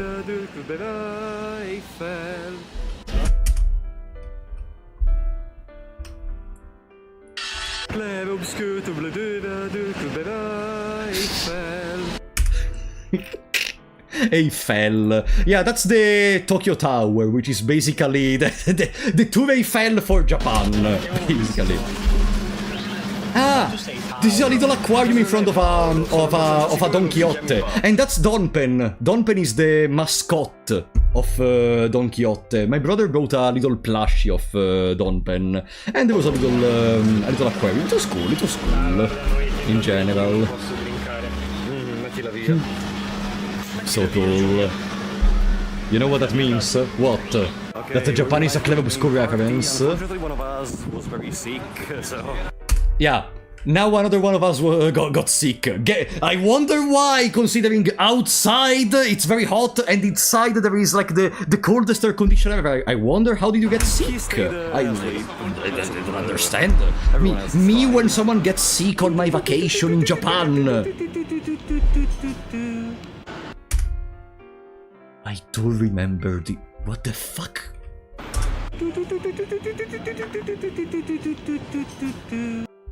What the fuck? Whatever.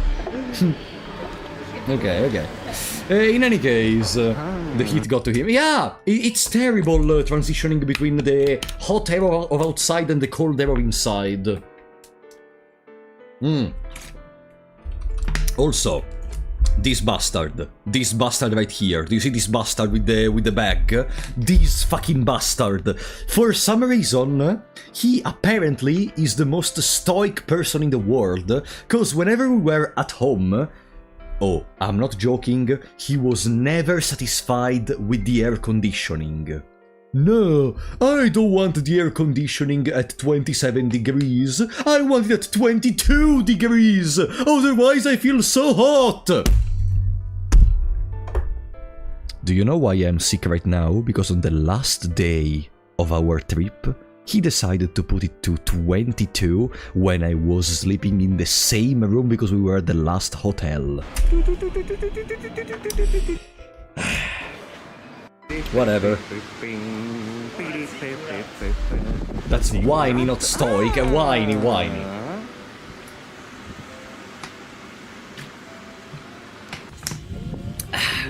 Oh, there are a lot of interesting architectures in this part. This building is also home to an art exhibition we did not know was there. In here, after I show you a couple of paddles, there is even the exhibition. Father of Japanese animation. The father of Japanese animation, I don't remember the name right now, it's the person that, together with Hayao Miyazaki, created Studio Ghibli. And unfortunately, I wasn't allowed to make any recordings inside, but they displayed the entirety of, they displayed a good amount of, like, notes taken from the first movies ever released from Studio Ghibli. John Animation. No, it was not called John Animation. They released a lot of... They showed a lot of notes taken from the first movies released from the Studio Ghibli. Like, for example, I think I got a couple of... I think it's here... Oh, there it is! Takahata Isao. This is the poster of the exhibition. And yeah, they tell a little bit of stuff. If I could read Japanese, I could explain you better what happens on this poster. But yeah, all you have to know is that they displayed a lot of information about how did they start with their studio, the ideas that came to their mind, the stuff they wanted to represent. There were artworks from the movies that seemed like literal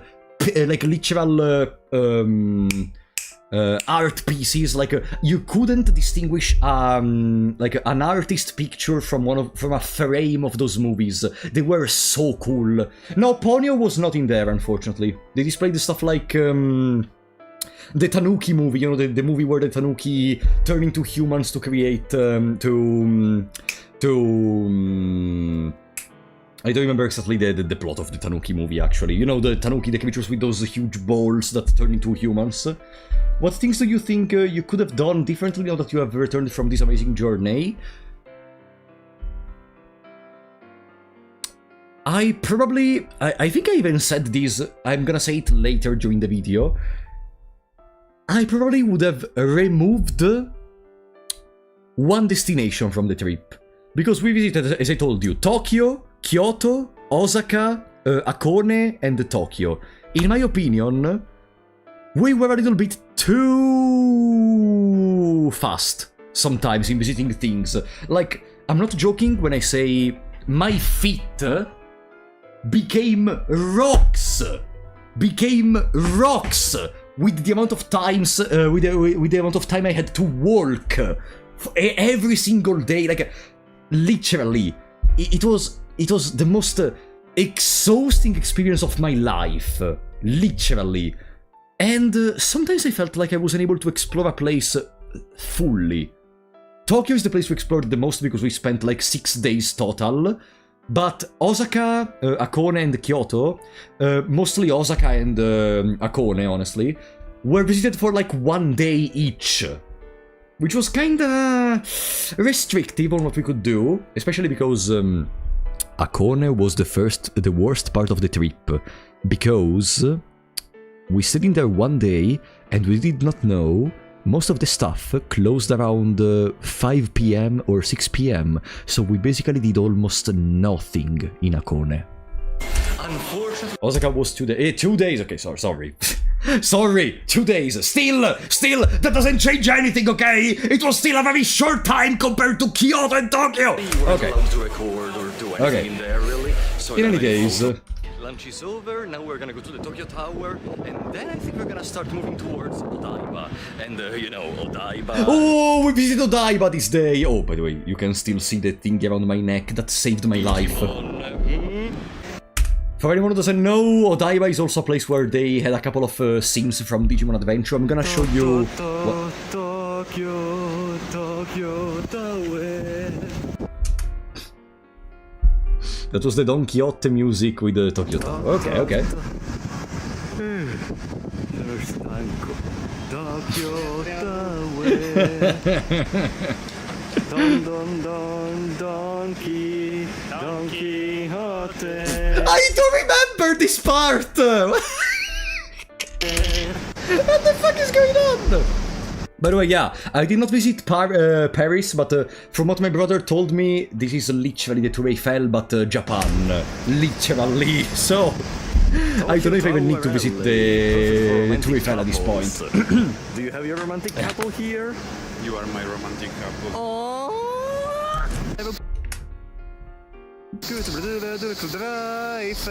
What the? When did I record this? Climb up skirt to Whoa!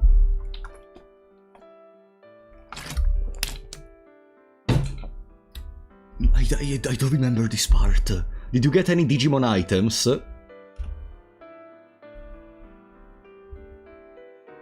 Just you wait.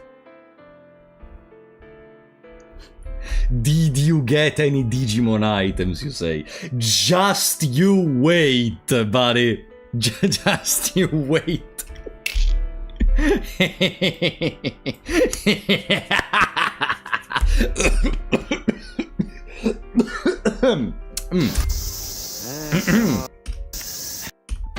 Okay. Welcome to Ginza.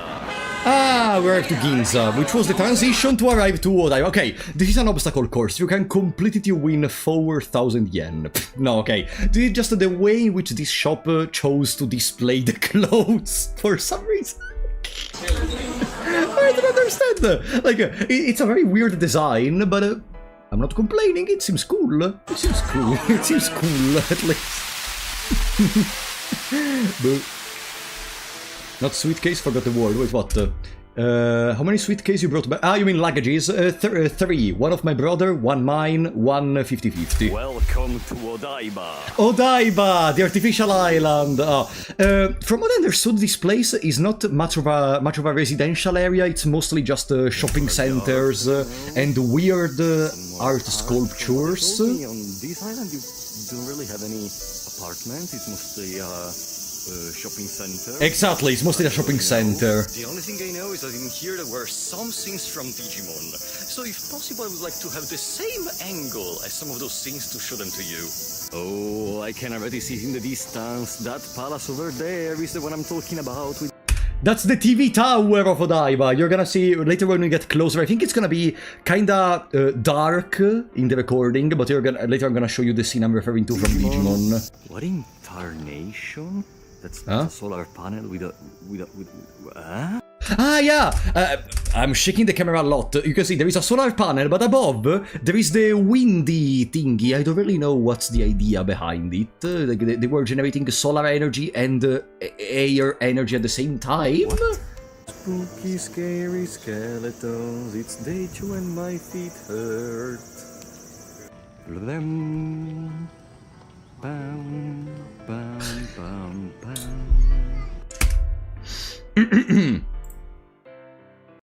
One second. Okay.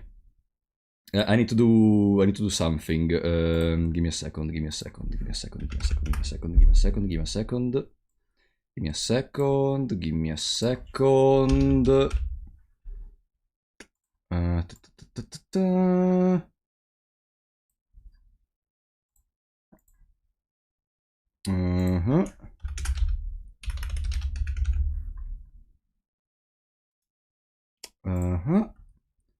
Okay.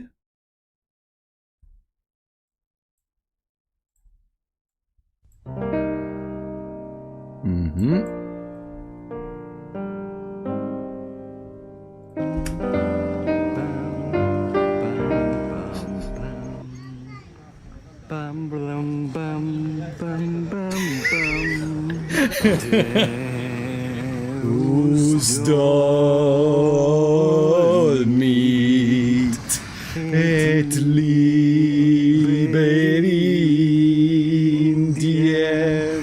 faciut.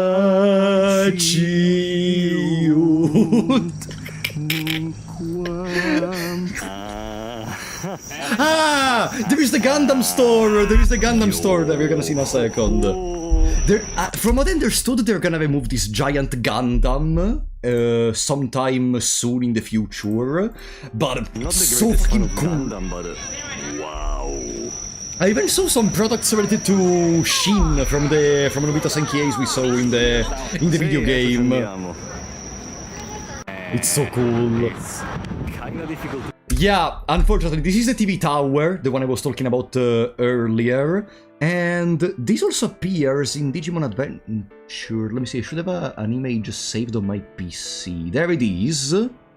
There it is. That same tower appears in here. There! It's from Digimon Adventure, see? So like, because Digimon is... spoiler! Digimon is set in Japan. Crazy. So yeah, there are some references to actual buildings of Japan in the anime, and Odaiba TV Tower was one of those. See it because it became night. Welcoming in here because we Digimon is an isekai.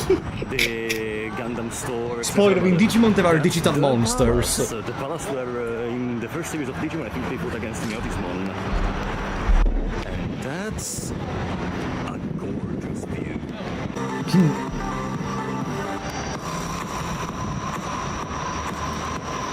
Yeah, now you can see it now I think you can see it better, the TV tower, right? I'm gonna put the image again. Now I think you can see the TV tower resemblance, right? Now I think it's even more clear now that I'm increasing the brightness.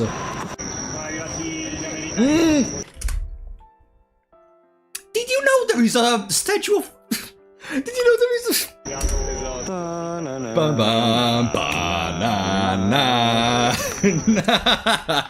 I mean, Las Vegas has a Statue of Liberty, so why not Odaiba? Look at this view. Still, it's the same reasoning I had with a lot of places in Japan. I love all these flashy lights around the city. It's almost refreshing for me. Like, I'm mostly a city person, okay? I'm not much of a countryside person. And staying in a place like Japan really made me feel way more energetic. Like, coming back in here, on the other hand, made me feel very tired, I felt sick, etc. But is this fake? No, that's the actual Statue of Liberty, of course. Don't you know it's in Japan? I believe it since they have an Eiffel Tower. I don't usually work a lot, you know, working on the PC. I usually spend the majority of my daytime just right there, you know, typing on the desktop, etc. I don't really know what am I going with this discussion into. I'm not used to working this much. My legs are destroyed. My feet are hurting. I think I'm gonna need a very hot bathroom after this. But we finished what? Hot bathroom, by the way. Almost all the houses we had problems with the shower. Well, at least because sometimes the water never became hot.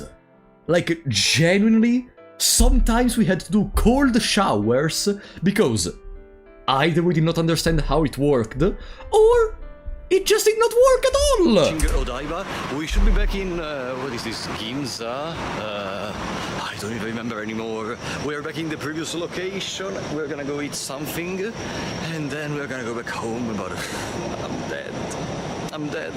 I am not tired, it's just that my feet hurt a lot. Like, I still have the energy, because, you know, I'm used to much worse than this, but my feet hurts.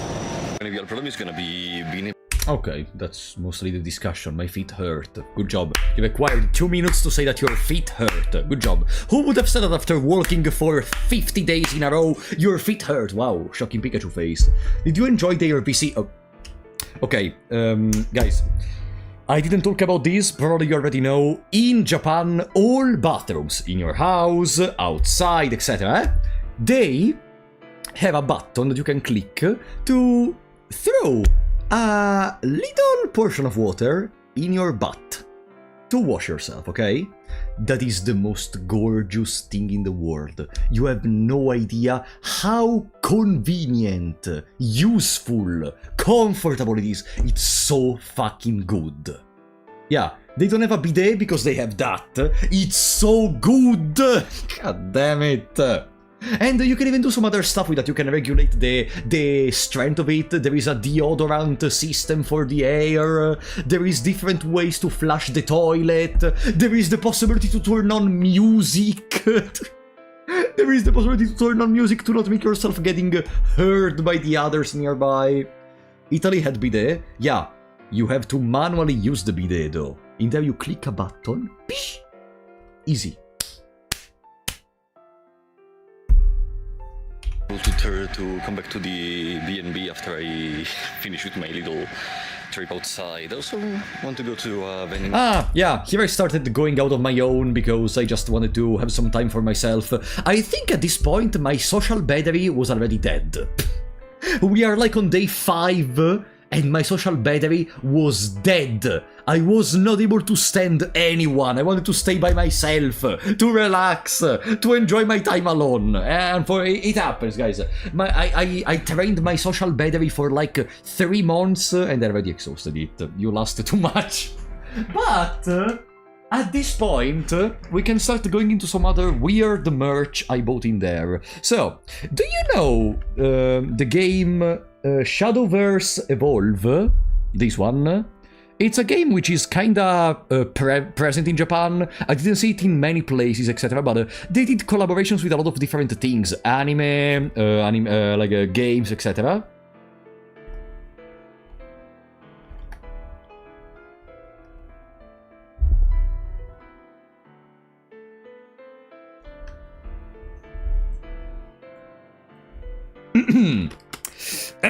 So, it costed, by the way, 500 yen. 3 euros for a deck. Do you know what's the beauty of this? Later in the vacation, in Tokyo I think, I found the same deck for 2,000 yen! 2,000! The same deck! Fucking scalpers! Fuck off! But let me show you very quickly. I don't even know if this deck is old, if it's new, if there are any interesting things to see.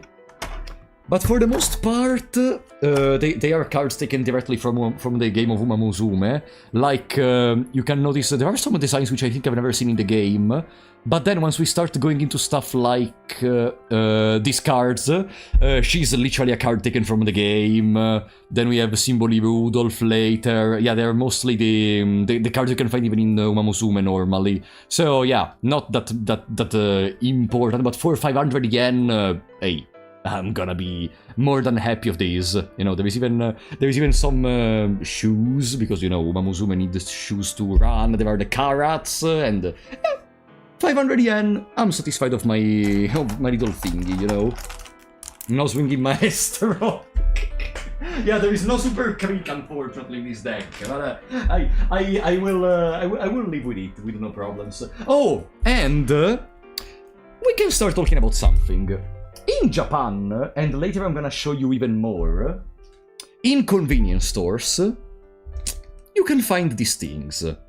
These things are, how can I call them? Little packs which contain a wafer and a sticker or a card. The sticker like these, for example, okay? This is a sticker you can find inside, for example. Randomly, there is a random sticker every time, and they make this for a lot of products. This is Dragon Ball, but there is also Evangelion, there is Jojo, and later you're gonna see what we did with Jojo. There is One Piece. And then there were actual, real horses.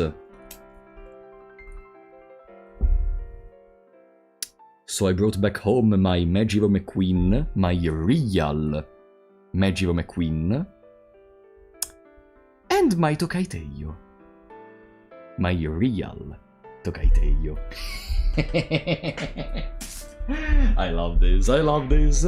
Oh, and there are even some Uma Musume cards in the wafers, but we will mention more about those later. For now, I'm gonna just stop here. This was a little teaser for later. For now, let's continue. Looks just like in the game. Take some fresh stuff. Wait, we are starting to move very quickly between zones. Like, we're gonna stay here for like 2 days, and I mean, today we arrived, tomorrow we already have to leave. Yeah, this is exactly what I meant. Like, I felt like we were moving a little bit too quickly between zones, honestly, okay? Which is not necessarily a bad thing. We are still able to see a lot of different places. We saw the work of the 1,000 Tories, we saw the bamboo woods, we saw a lot of different temples. My brother was collecting the different stamps from each temple. So in general, like, we were visiting places. First day in Kyoto by... But... I was starting to feel a little bit tired, and when I become tired, yeah, we were in Kyoto by this point, and when I become tired, I start enjoying less, to get less involved in things, so a couple of things I kinda missed them, and later in the days I also just straight up skipped some locations because I was too tired and needed to relax. The last time I recorded, and the reason is... Do you see me? Look at my eyes, look at my eyes, you know how active I can be, look. We visited a lot of temples, we visited the bamboo forest, we visited the how's it called? Not Kikukashin, I can't remember the name. Kinkakujin, I think it was called, the golden pagoda. Unfortunately, once again, I have no photos because it was recommended to not take any photos. And you know, I cannot do that. Did you go to Catgirl Cafe? No. I'm not gonna waste my money for a Catgirl Cafe, but... Later there is something we're gonna talk about. Later there is something we're gonna talk about. Now. Didn't do. And here we arrive into... Here we arrive to the... When before someone asked what is in my opinion the best food I had, now I'm gonna eat it. So much time with Let me see. Sandwich! With chicken inside, both at the Konbini, with sauce, around €1. it was the most delicious thing ever. The convenience store is full of incredible food. Between the chicken they serve, the heated chicken they serve in front of the cashier, and the sandwich you can buy, they are so... It's gonna be one of the things I miss the most from Japan. Like, being able to have a nice meal for breakfast, for lunch, for dinner, just by spending €1, and it's so delicious, but yeah. Yeah, the convenience store is convenient, unlike anywhere else in the world. And this is the Walk of the 1000 Tories. You know what's the funny part? Around here, by the way, beautiful architecture once again. You know what's the funny part? Don Quijote.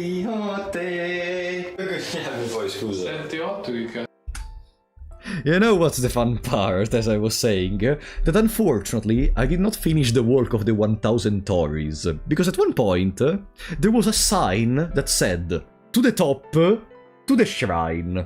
So I said, you know what? Let's visit the shrine first, and then we're gonna go to the top. I did not realize the shrine was the place I started from, so I basically came back to square one, and at that point it was too late to continue. So I did not finish the Walk of the 1000 Tories. Don Quixote.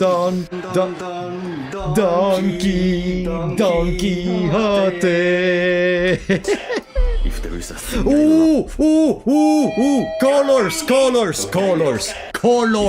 Look at the colors! This is... I love this thing from stores. All these fucking colors. It really seems like you are living inside of a gacha game when you go to a shop in Japan. All the colors in car stores here in Japan. And also we pulled some cards from these machines. Basically these machines you input like a... Yeah, these are the machines I was talking about where you get the cards. Of course they display a lot of beautiful cards that probably even very rare, etc. You will never get them, but... 500 yen and you get some... Imagine if the store owner was like, yeah, I'm gonna give away free shit to my customers. I'm gonna just put all the rarest cards in here. Why not? From it, Yeah, for it's sure. beautiful. We got some of them. I'm gonna show you all of those on stream. But we still got a couple of X, as I showed you before. Places. Another shrine. Welcome, Eversori!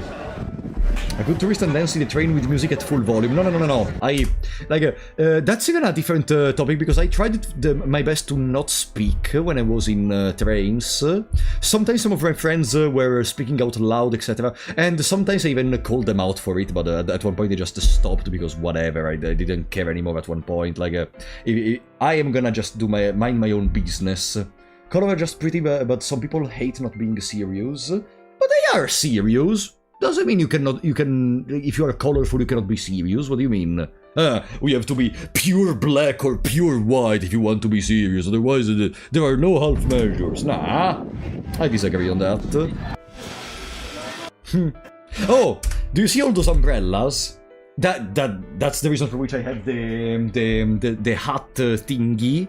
Because the sun was so hot, you would have generally gotten sunburnt without any kind of protection in there. E ce n'è ancora dietro gli alberi.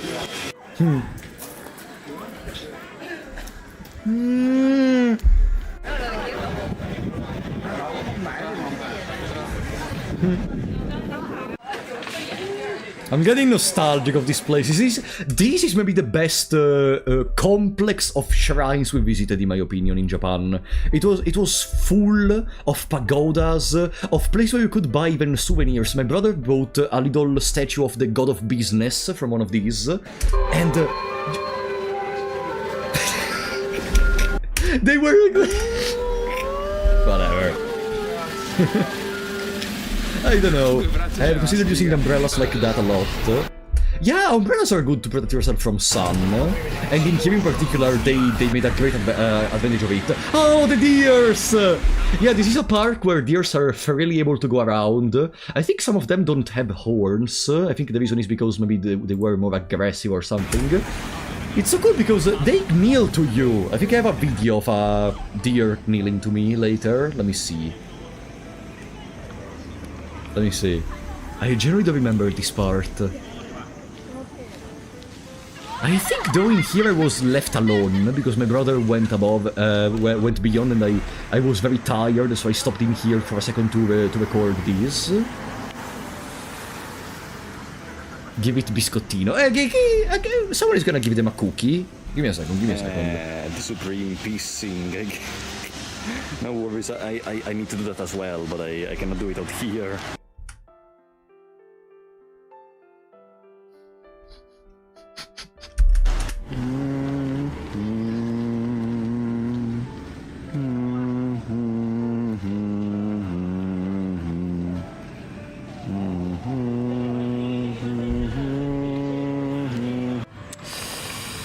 They left me alone.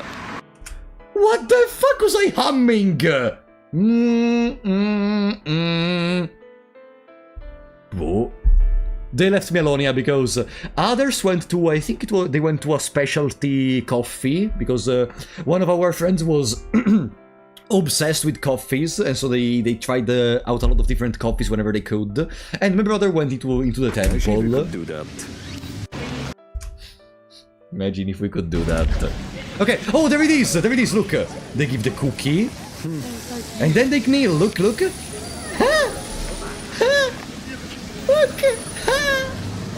That's so cool. Sir says, welcome back to the Big Shots, buddy. Welcome back. Why did you record a dear PC? I don't know, buddy. I don't remember what I did yesterday. Thank you for the support. Imagine how sad it must be living as a little deer, not being able to play Expedition 33. Whatever. Yeah, bow, not kneel, sorry. Bow. Yeah, imagine not being able to play Expedition 33 in 2025. Deer surely lived the hard way.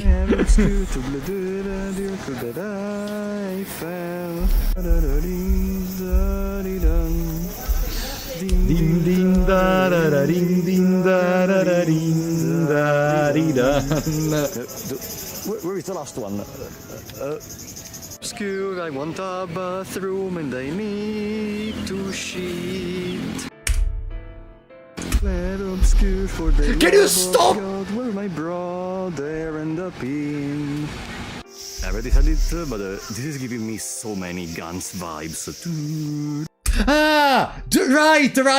In this part, it was for like there is even a part with literally the statues of Guns in here. If you watched at least the anime or the first chapters of Guns, you will recall very quickly the mission in the pagoda with the giant statues. And if you didn't, I'm gonna show you real quick.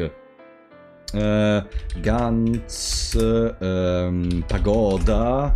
I think that's what I have to write to find those. There, yeah, I guess this image is gonna suffice. Like, you know my relationship with Guns already. There it is. This part right here. Do you see those it's very blurry, but do you see those giant statues in there? Give me a second. I was singing the music from Guns. I think I do have a recording of the giant statues I'm talking about. No. I have a recording of Don Pen on the fucking motorcycle. Give me a second, because I think I do have a recording on another thingy. No, I can find it, whatever. There were some giant statues on the side of the temple. Unfortunately, I cannot find them right now. Still. Whatever. When is the music video coming from? The music video. Well, I love singing songs from anime and stuff in my own ways whenever I can. It's been kind of difficult to keep up with the different movements because, you know, at the end of the day, it's very tiring. We're visiting a lot of places. We don't have that much time to talk. Yeah. So yeah, we're in Osaka. Oh, il fantomatico negozio. Okay. We are in Osaka. This is a place you need to visit if you are in Osaka and you are a fan of Jojo. This is called Kusegatsu Oime ni Reiwa, which is translated to, if I recall correctly, something like the best noodles from Reiwa. Reiwa should be a place in Japan. Here, we're gonna go we're gonna go in here later, but you are not ready. You're not ready. Even if I am not a huge fan of Jojo, I enjoyed it a lot. You're gonna see in a second. And by the way, this day was very important because the day in which we went into Osaka, the 27th of August, was my brother's birthday. For my brother's birthday, we're gonna eat in Kusegatsuoi Maniareiwa. Like, not today, because I think this is the first day we arrived in Osaka, and there were 2 days in Osaka. It was my brother's birthday, and he loves Jojo. Noi pensavamo che non ci fosse nessun tipo di coda. Ah yeah, we thought the store was completely empty and we could just enter and eat, but there was a huge row just on the side. Ah! Okay. If excitement and happiness was a person, okay?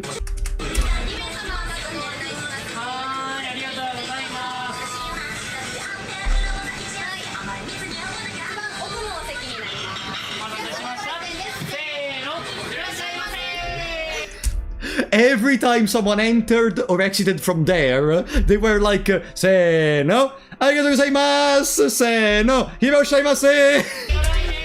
I love them so much. I love them so much.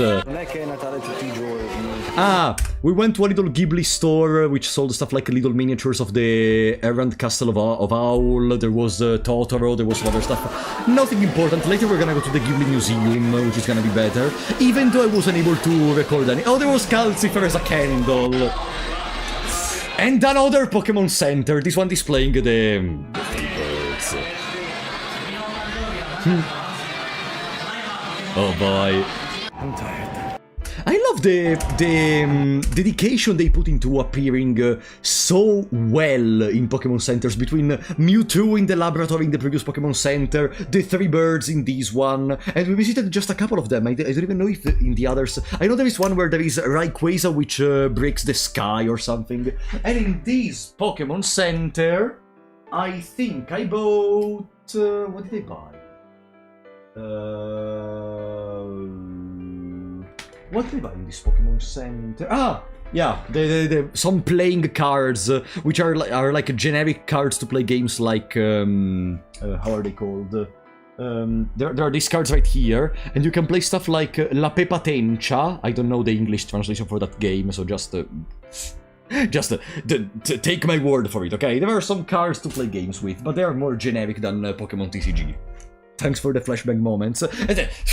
I'm sorry, buddy. I'm not that used to play with the camera. How does it work? Basically, you take cards from the others until you have couples of cards, so you can remove them, and then the one which remains with the 0 cards win. Long story short. Very long story short. Adesso guarda, non saltelleranno mai più, quello vola via.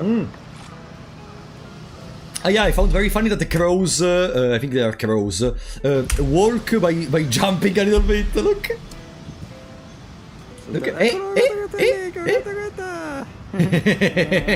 The wrong road to the castle. Oh, here's when we visited the castle. Peak sound design. Peak sound design for Apollo. Peak sound design. Good job. Ooh, it's so gorgeous looking at it from here. Unfortunately, on most floors, if I recall correctly, they did not allow to record. On this one, it was allowed, fortunately, so I could show you a couple of things. But yeah, in general, they didn't allow you, for the most part, to record. Fantastic view from above. Despite the fact that this web right here kind of ruins the moment, but you know, without the web you could just maybe end up falling down. Picodio. Wait, Picodio? Ah no, okay. Picodio because it's terrible. This is a little piece of art made by Araki in front of a station, still in Osaka. But I don't really know much more, mostly because I'm not a huge Jojo fan. But it was pretty cool to see regardless. Ah. What the hell? We were going through some stores and I found some Umamusume merchandise. I did not buy it, but I was so confused. Boo. Hi, it's a new day already. You know what I noticed yesterday in particular? I felt like I was starting to live this vacation as a sort of passive. Yeah, this is what I was saying before, that I was starting to feel as if I was not enjoying stuff anymore because I was tired. Yeah, but yeah, we can skip this part. Boring! Stop talking! But I've watched. How much do I up? I feel like I am conveying, because I'm not preparing all my videos. Okay. I know Who it's cares? Who cares? Oh, okay. Content, finally. Gameplay starts at 10 minutes. Literally that part. I have a problem. My phone died. My phone died while I was in the middle of Osaka, and I had no way to contact my brother or the others to tell them. Fortunately, I was able to reunite with them by asking indications to some other tourists which were there by using their Google Maps. Still, I was able to look at some nice views. Overall, Osaka was maybe the quote-unquote dirtiest city of them all in Japan. They were still all very clean, especially compared to some other places I saw in Italy or other stuff. But yeah, among the city of Japan, it was maybe the dirtiest one, but it was still very pretty. What's my brother thinking in this moment? Well, it's gonna be very funny afterwards when he's able to see my little footage and understand that there was nothing wrong, really. But I can imagine he must be a little bit worried. How dirty? No, like, there were some junk in the roads, which in the other places of Japan is something you will never see. Here, every now and then you could find something around in there, but not that much. I literally wrote him, okay, I'm gonna reach Kusegatsui Reiwa. Just yeah, I was trying to go to Kusegatsui Reiwa at this point. Went to take some water at the store, and I am in the line to enter. You know why I finished my phone charge? Because I was going around the stores, the card stores, searching for the famous Pokemon Black Bolt box. And now, I think I mentioned it at one point, I skipped. It's time to talk about overpricing, okay? So, booster packs in Japan can vary in price, okay? Sometimes you can find them at 180 yen, sometimes you can find them at 220, okay? But in general, they always stay around that kind of those kind of prices, okay? Do you want to know, in most stores, what was the price for a single booster pack of Black Bolt? Remember, a normal price would be between 180 to 220 or something, okay? In most stores I visited that had Black Bolt costed from 500 to 800 yen a single booster pack. Some people were selling a full box for 18,000 yen. A full box. By going around for a lot of stores, I was miraculously able to find a single Black Bolt box for 9,800 yen, which is still overpriced, but it was my brother's birthday and we wanted to make a gift for him, so we divided the price. 8,000 yen is already too much. It is.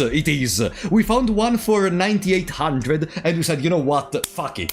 We are not gonna find anything for less than 10,000. So we divided the price and we bought it, and later we're gonna give it to him. Into Kusegatsui Reiwa. And now we're waiting for Kusegatsui Reiwa. This is the inside of the store. If you're a Jojo fan, you're gonna feel huge vibes in here. These are all like different collections of action figures. There are some things called SAS of Jojo, which are like a different type of action figure. There are mini figures, there are stickers. There is everything. There is everything. A lot of different action figures on the desk you can order. And there is the TV playing some episodes of Stardust Crusaders currently. Nice water. That's a Killer Queen, I think, from what they told me.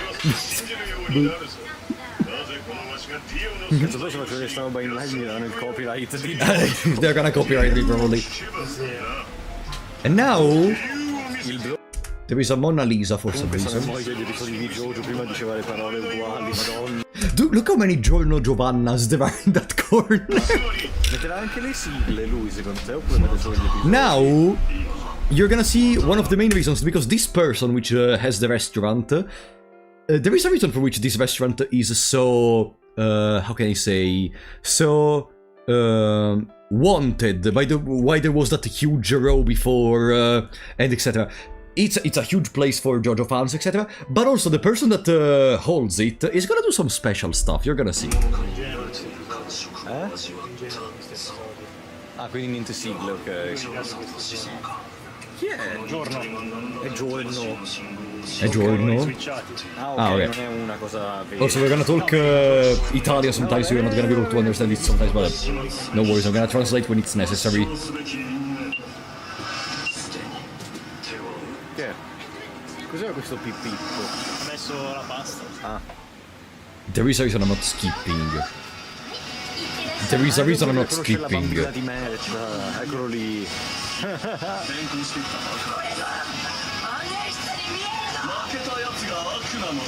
is a reason I'm not skipping. There is! Sì, non mette le sigle purtroppo, peccato. Mi piace la sigla della terza.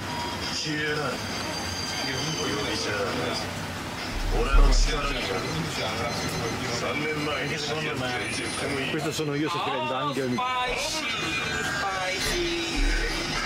Questo sono io se Vending. Spicy! Spicy!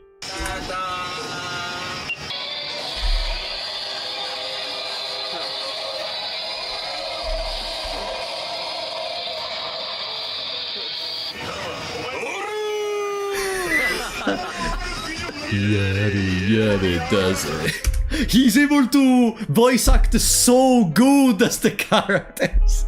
That was his voice. That was his voice doing the aura, okay? That was his fucking voice. Who is your favorite JoJo character? I don't know, probably Dio. But not because I enjoy it a lot, just because... Why not? Ah! We went to a little bar to celebrate the end of my brother's birthday, and my brother accidentally was almost gonna buy a whiskey that costs 50,000 yen. 50,000. Fortunately, they stopped before it was too late. I was even able to film the preparation for the drink. It was a highball. The waiter allowed me to film without showing his face. But yeah, there is nothing too important to see here. Welcome, Vader! And then we go back home, because there is more important stuff to do! There it is! Black Bolt! The Black Bolt box I found! Yeah, unfortunately we didn't get much in here, yeah. We didn't get much from these packs, but it was a fun moment in general. He enjoyed being able to open these Pokemon packs, so we had a nice time. And we arrived to Hakone. The worst place of the vacation, in my opinion. Let me repeat. Hakone was terrible, not because of Hakone itself, but because we did not know that most of the places were gonna close around 5 or 6 PM, so we basically ended up not being able to do anything. Not being able to do anything for the entire day. Box, Jojo wafer. Remember when I mentioned these? Okay. These were sold for like 120 yen in a convenience store. And so, my friends embarked on a mission, let's say. To complete the wafer collections for One Piece, Jojo, and Evangelion. Fate 5 golden wing. In fact, if you go just a little further... There it is! This is just a single box of Jojo, and you may say, Trapolo, that's a lot of packs, am I right? You didn't see anything, I think we can skip this part, it's not too important. Ah! This idiot just bought another full box. And that's a box of Evangelion. That's a box of Evangelion. Okay? Then we go back home, and you can see how many there are! There is a second box of Jojo, a box of Evangelion, a part of a box of One Piece. There are already a lot of stickers on the fucking table. And remember, each one of these packs contains a wafer. You have no... This is the one moment of my life where I ate the most amount of wafers ever. We didn't eat all the wafers, but I ate a lot of wafers. This is the collection of stickers my brother was making with Jojo. We're back in Tokyo. I don't know. And we're back in Tokyo. This is the final part of the vacation. In here I recorded less, mostly because I wanted to use less the camera to focus more on the stuff which was happening. In Hakone there is a cool museum in Venetian glass. Yeah, we missed it unfortunately. And we went to the Ghibli Museum. Little Totoro. Unfortunately, you could not record inside of the Ghibli Museum, but I got a couple of things from it. First of all, there is the the usual stuff they give to people entering it for the first time. They gave us a little frame that you could watch instead of a little space in the museum itself, and it even allowed you to see a movie inside of it, a little short movie made from Studio Ghibli, and I bought the art book for that short movie. It was a cute movie. It basically makes a huge usage of onomatopoeia, every single sound is made by actors being like a zoom, wish, whoa, whoa, whoa, whoa, whoa, pam, pam, pam. It was very cool. I love this drawing style, and it was very dynamic in general. But yeah, for the most part I cannot show you anything about... sorry. For the most part I cannot show you anything about the Ghibli Museum because we weren't allowed to record inside. That's something related to Ponyo, if I recall correctly. I've never watched Ponyo. But yeah. Get to the Digimon stuff. Give me a second! We're getting to the Digimon stuff! Give me a fucking second.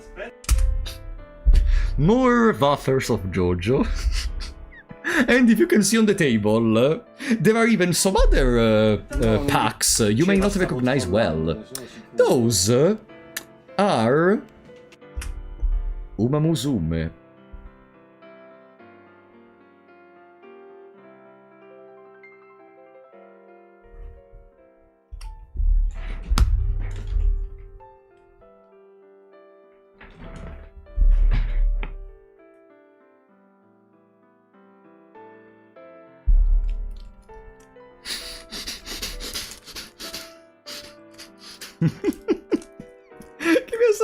Give me a second. I'm gonna remove a couple of them because it's a spoiler.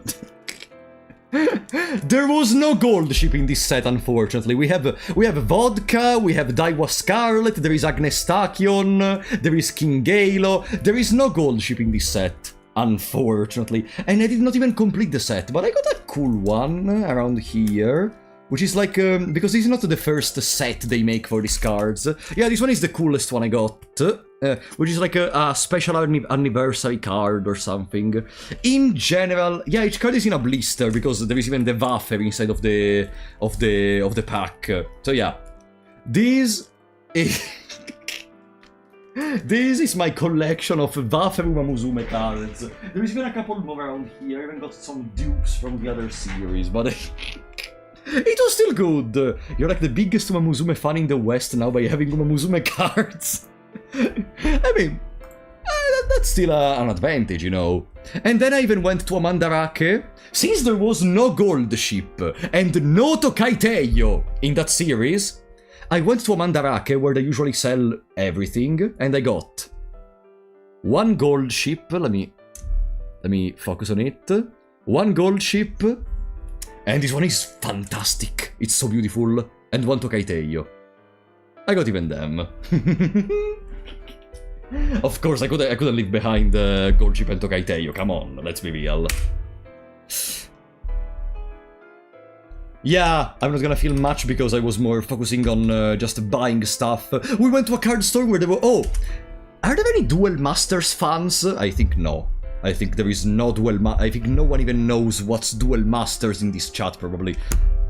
No one knows what's Duel Masters, am I right? Really doubt it. I do? Ah, okay. Duel Masters is still running pretty strong in Japan. Like, we found a lot of places which sold Duel Masters cards. There is even this place which contains... actually. Here in Japan, the shop placement, like here there is a low zone, okay? But if I turn around and go on the other side of the road, there is another low zone. I cannot overstate how much I loved how many convenience stores there were, okay? But sometimes I just don't understand. They are literally on the other side of the road. They are the same shop. They are Lawsons. They're not even competing. They're on both sides of the... Why would you make the same shop on two sides of the road? Maybe because you don't want another shop chain to take it? I don't know. What other gacha stuff do you find there? Give me a second, give me a second. Give me a second. Oh, there is another thing I can show you actually. So, one day, I was looking for some action figures, and you know, there is the table which contains underpriced stuff, you know, stuff they want to get rid of, stuff which maybe is damaged or something, and I found... this thingy, which seems extremely old, Pocket Monsters Advanced Generations. Look at that Rayquaza. Okay.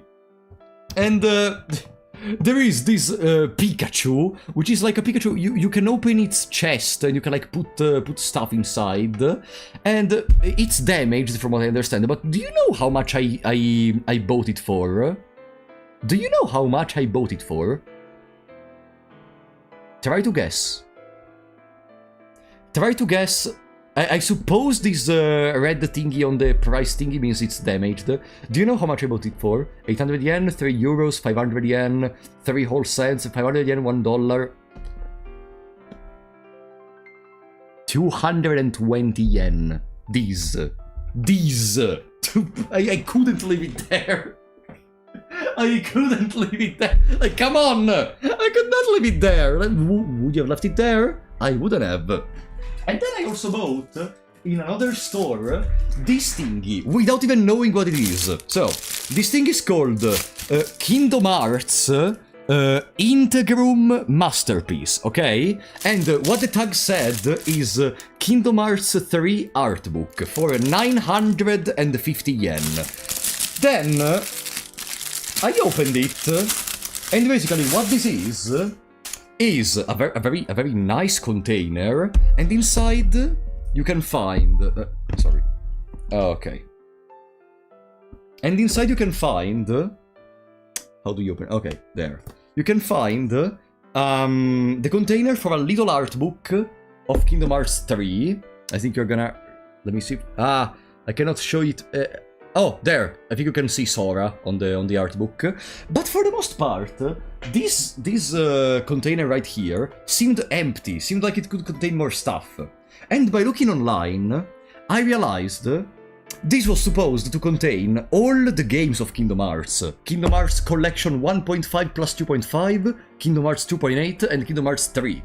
They are not included, but, you know... Kingdom Hearts 3... 1.5 plus 2.5, 2.8, I already have them, so why don't I just, like, I can just put the art book inside, and then I place my own games inside, and poof, for 950 yen, I got the Integrum Masterpiece, easy! Like, perfect, no? Easy, done. Perfect.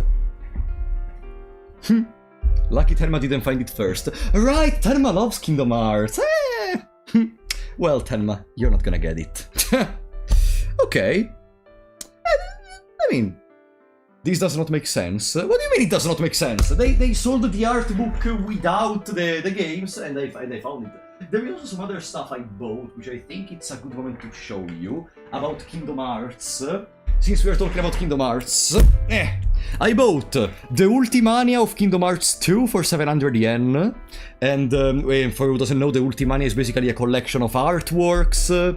They contain even some comments from the author, some ideas of design, etc. And I even bought the Ultimania for Kingdom Hearts for 1000 yen. They are still sealed. This seems a very good price for me. I don't know if it was or not, but this game shop I found was full, and I even bought some other stuff like Digimon games, but in a second. VTuber drama channels are at base. What do you mean? And let me see if there is anything else I can show you. If there are any fans of My Hero Academia, I bought some cards of My Hero Academia, even though I don't understand really what are they used for. Because, like, I think it's a game similar to Lupus in Fabula, because, like, you have the cards that tell you who is a hero, who is a villain, and boo. I don't really know. The cards are cool, though, which is the reason for which I bought them. But that's about it, honestly. Mid alert, absolute garbage. You just said mid and then garbage.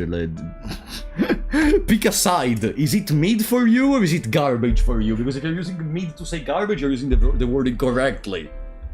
Does every popular anime just have a TCG? No, it's not a TCG. Those are fixed cards and that's it. But yeah, I think every popular... I mean, there is Union Arena. Union Arena is literally a TCG that contains most of the anime from Shonen Jump, no?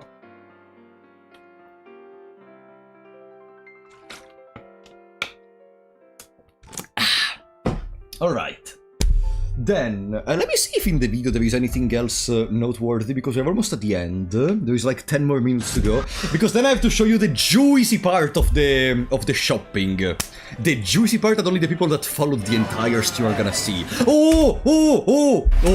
Right. In the card store, it was so cool. There it is, my Seiyaru! Do I zoom on Seiyaru? Please, zoom on Seiyaru.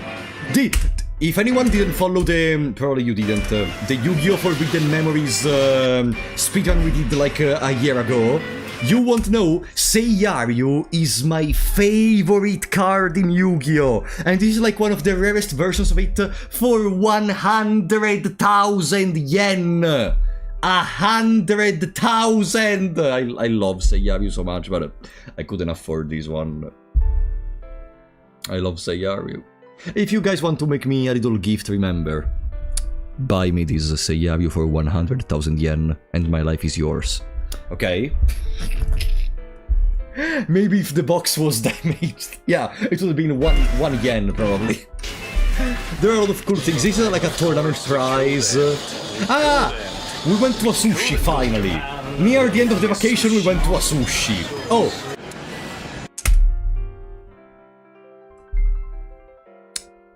Okay, we just went to a sushi, and I am gonna go ahead and say something in here, okay? I'm gonna completely shut up, and I'm gonna let Frapollo of the past talk. It's time for my most controversial opinion, I think, because, you know, I'm not a big fish lover or something, okay? I despise fish, and... are you ready? Are you ready? Sit down, because you're gonna have a heart attack. For how much you pay sushi in here? Just to give you an idea, 2 pieces of sushi are between 200 yen and 400. So if you want to eat a good amount, you're gonna spend between 2,000 and 3,000 yen at a sushi place, okay? I prefer all you can eat.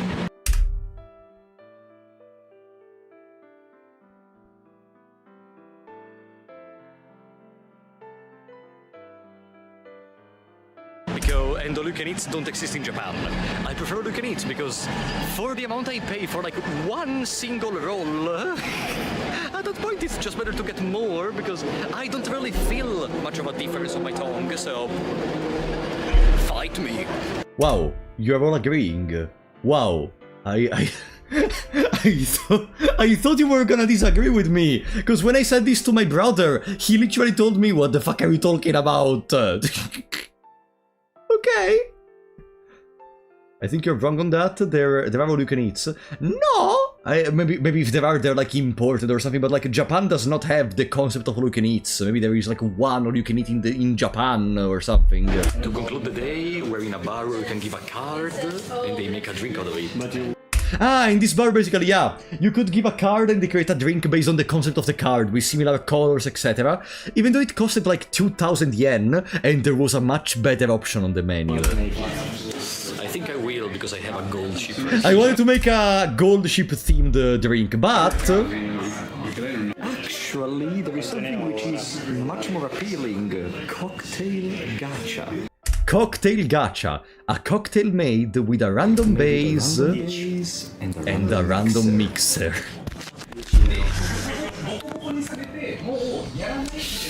Gamba. Alright, Argon base card. time to pick. I will pick this one. Open and tequila. Tequila. Yeah, and mixer card. Okay, I'm feeling lucky.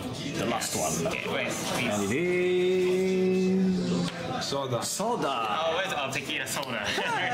Okay. Pretty good, huh?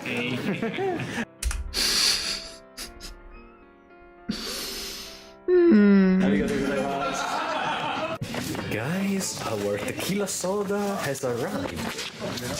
And you know what that means? Cheers. È il cocktail meno costoso che abbia mai visto nella vita. He didn't taste anything, what the fuck am I saying? He didn't taste of anything at all. Like, there was no flavor in it. It was like eating water. I'm gonna say, there is not much flavor, but it's good.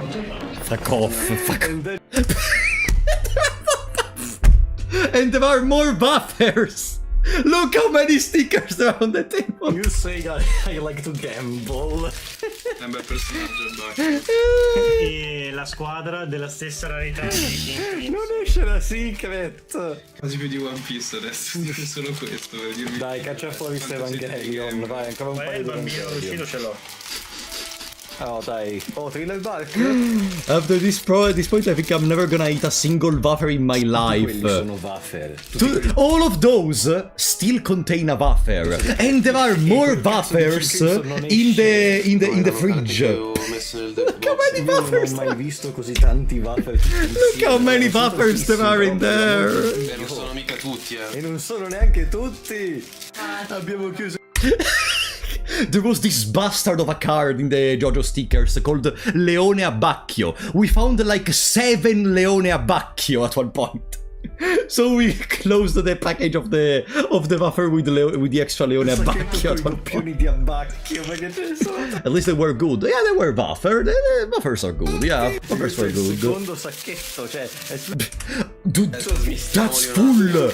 That's full. Okay, we had 2 full of buffers. 2 full. Shopping before everything is over. And now we're doing just the last part. He bought some rubbers which become Mount Fuji when you cancel. We bought a kimono for our mom. And now, since the video is mostly over, it is finally time to show you the cool stuff I bought from Japan. Okay. For all of you that stayed all the way up until this moment, be prepared.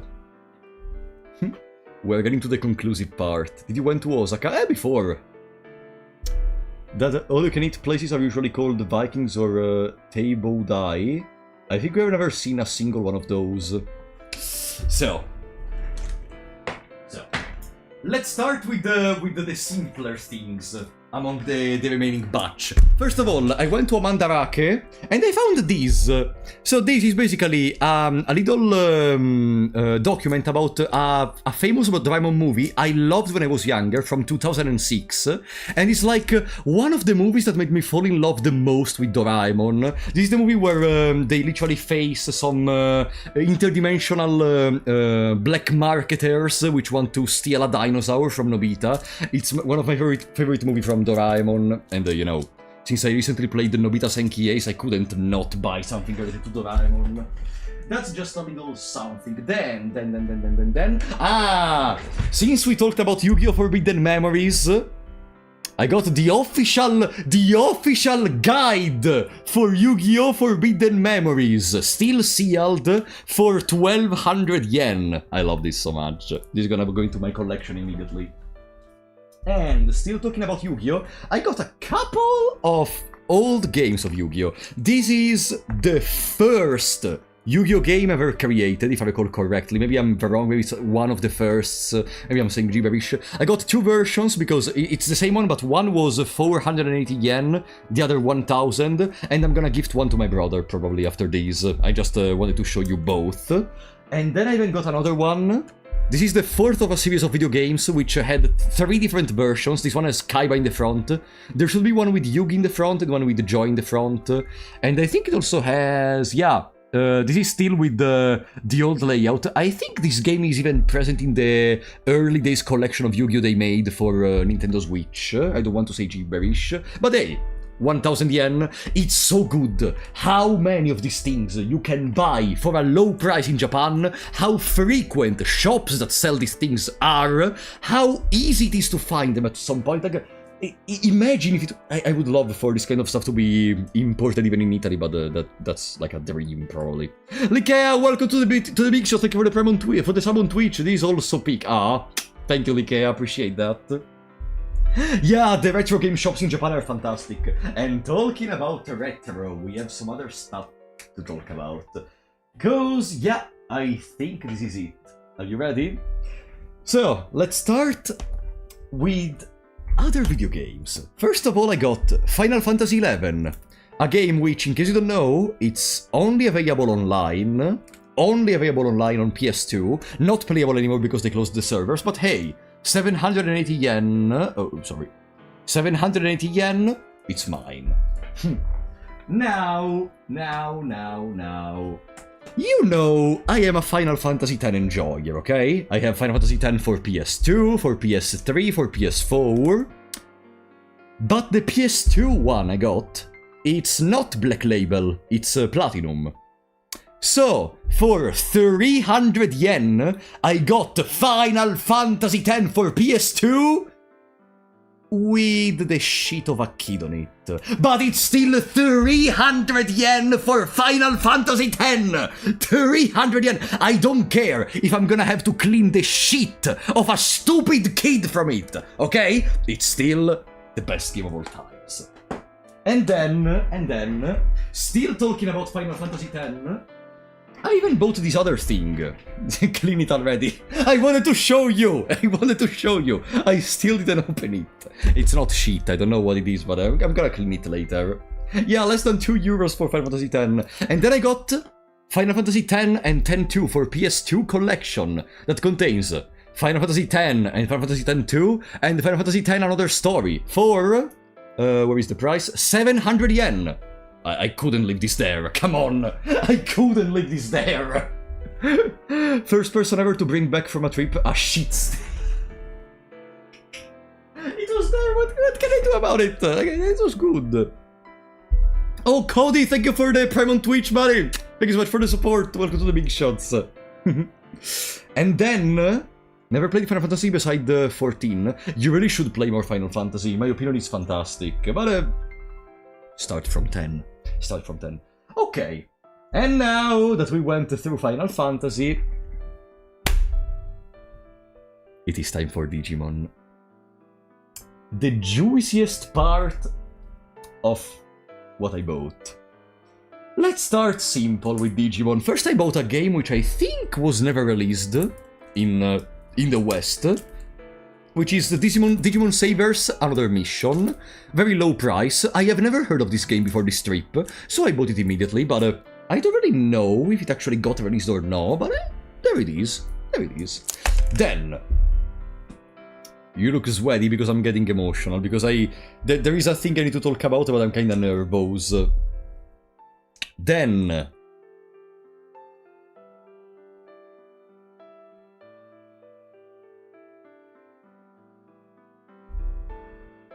I couldn't not buy this. Digimon World Redigitize. We played it on the channel, it was incredible. Now I got the Japanese copy. It's so cool. Only 980 yen, by the way. Very low price. I spent more money for travels and for the trip to Japan than the money I spent for the stuff I bought. And then... there is one last pile of video games. So, let's go over them. First of all, we got Digimon World 4, which in Japan is called Digimon World X. I paid it like 2,000 yen, and it's not even, from what I understood, it's the one which costs the least between the Digimon World games, but the cover is very sick, and I've never played it in my life, by the way. Maybe one day we could play it, we will see. Very cool. Then, for Nintendo DS, I got Digimon World Dusk and Dawn, which in Japan are actually called Digimon World Digimon Story Moonlight and Digimon Story Sunburst, right? Sunburst. Yeah, because they actually in the West they were called Digimon World to be associated more with the Digimon World series, which was more known in the West. But in the East they became part of the Digimon Story series, of which we got Cyber Sleuth, Hacker's Memory, and we're gonna get a new game in October, which is Time Stranger. And then there are the last three. Are they still playable? Like the games? Yeah, those are not online. They can still be played. Now, for PS1, we got Digimon Digital Card Battle for 1,300 yen, actually. For those who know, Digimon had a TCG you could play on PS1. I have never seen this game in the West. It exists, but I've never had it. Now I do. It's so cool. And then... first we have... I wasn't able to find Digimon World 1 in good condition, unfortunately. The only one I found was for like 7,000 yen, and it was still very damaged. So instead I bought Digimon World 2 for 3,500 yen, another game which I've never finished, but I got very close one time, and despite being very grindy, it's quite a pleasure to play from time to time. It's a good dungeon crawler, similar to Pokemon Mystery Dungeon. And then, one of the games which is most important to me, because this game, I played it for hours with my brother when I was younger. You may know it, it's a fighting game, it got translated as Digimon Rumble Arena, but it's not actually that, it's Digimon Tamers Battle Evolution, which is our Digimon Rumble Arena, but I think they did not translate it as Digimon Tamers because it was less known, the Tamers series, and I love this so much. If you have never played Digimon Rumble Arena, you really should one day, it's so gorgeous to see it! Like, if you did play it, you will recognize this screen and have huge feelings, probably. You will recognize this screen immediately. Oh boy. Let me just double check if there is anything else I did not show you between my things. There were a couple of other things. Ah, okay. Yeah, I bought some other Yu-Gi-Oh cards, for example. These were very cheap. Like, they were very old cards, and they were very cheap. They were like 30 cents each. Once again, Forbidden Memory stuff. We have Metal Dragon. There is the stupid ball you used to go into twin-headed. The stupid penguin you used to go into twin-headed. The stupid thingy you used to go into twin-headed. The fantastic dragon you used to go into twin-headed. Yeah, you used to go into twin-headed in Forbidden Memories. And yeah, I think that's most of the stuff that I brought for my trip to Japan.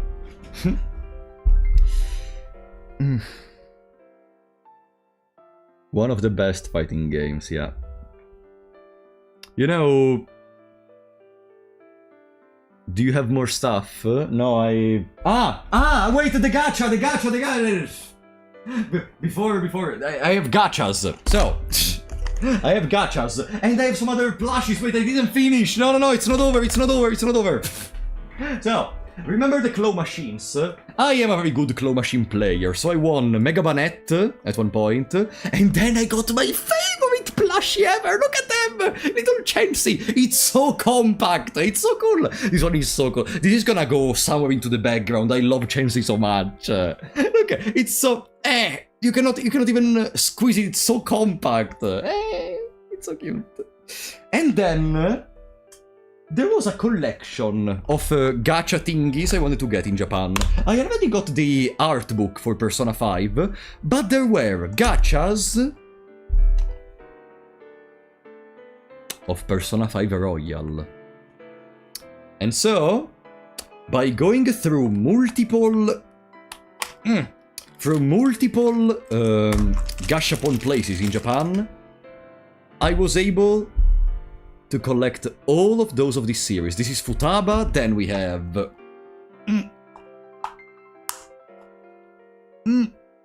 Come on! This is gonna require... there is the scotch. Come on!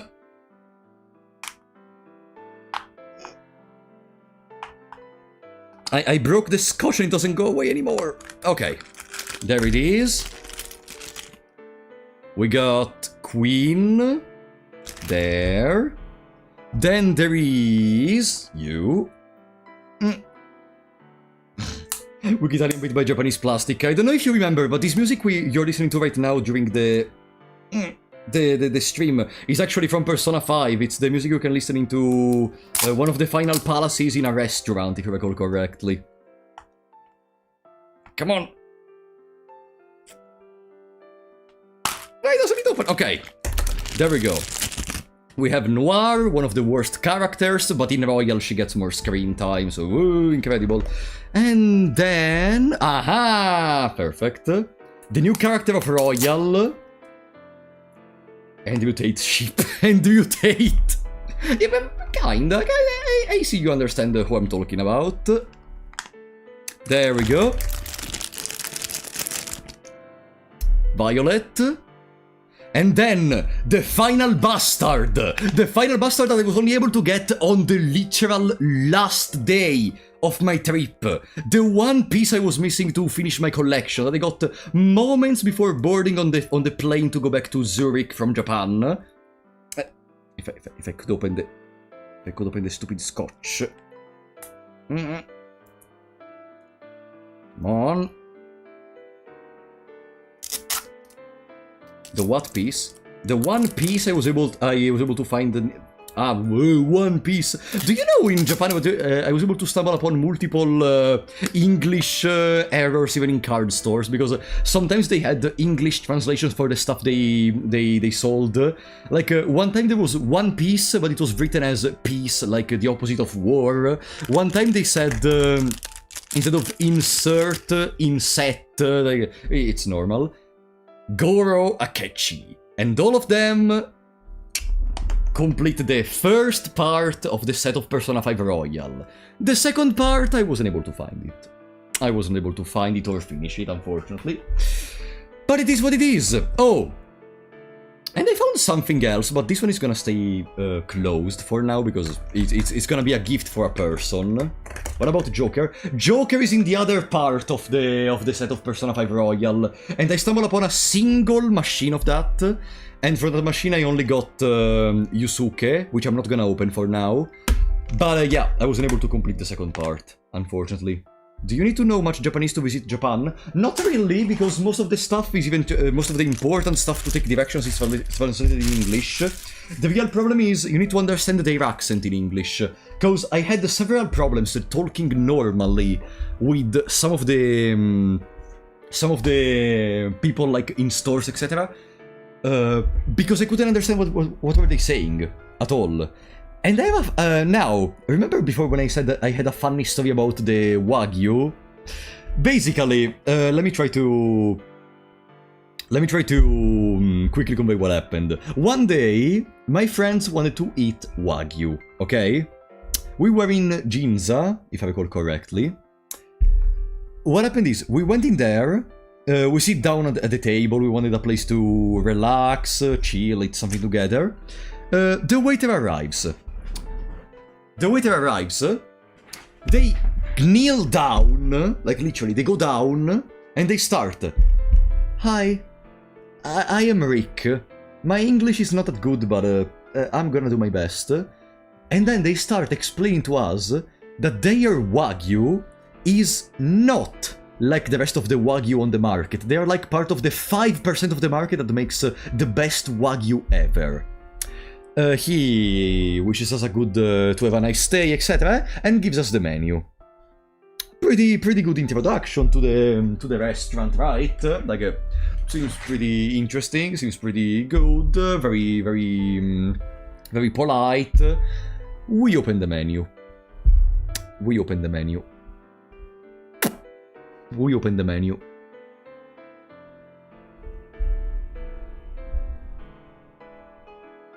20,000 yen for anything.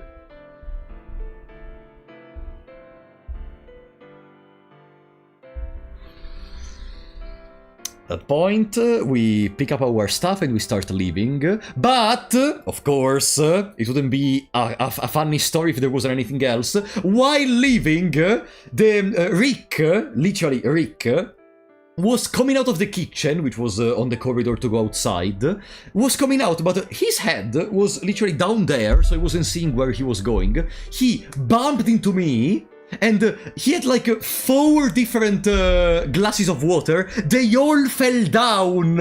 And I was like, oh, I'm sorry. And in the meantime, I was leaving. I genuinely think if now we try to go back to Ginza, there is gonna be Rick with 2 giant bodyguards, and he's gonna be like, it's them! Take them! Gonna kill us. We are probably banned from Ginza until the end of our life, or until Rick forgets.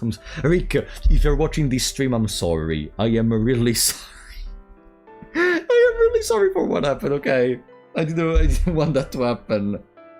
I would do the same to me. Yeah, we weren't expecting for the prices, because on Google Maps, it said that on average, to eat there, you spend between 2,000 and 3,000. Yeah, if you want to divide 1 Wagyu piece in 4 people, maybe. Boo. Whatever. In any case, the other thing, which I didn't mention at all, and I didn't even show in the recordings, mostly because even my brother told me maybe it's better to not do that. It's a kind of unpleasant thing which I saw in Japan. So basically, during the night especially, what happens on the streets is that you start seeing a lot of prevalently girls dressed up in cosplays, usually like cats or vampires or goth, etc., which start placing themselves on the entire street with some signs on them. I was kinda confused when I saw them the first time, so I messaged Tenma and I said to her, "Hey, what are those? What are they doing with those signs?" So, from what I understood, the idea is that on those signs there are some price tags to spend time with them. Not spend normal time with them, like going to a cafe with them, talking, maybe offering them some stuff. No, normal time. And like, there are a million of those on each side of the street. A million. And the most unpleasant thing is that during my visit, whenever I saw some people talking to them, it was mostly grown-ass adults. And the girls were like probably not even 18-year-old.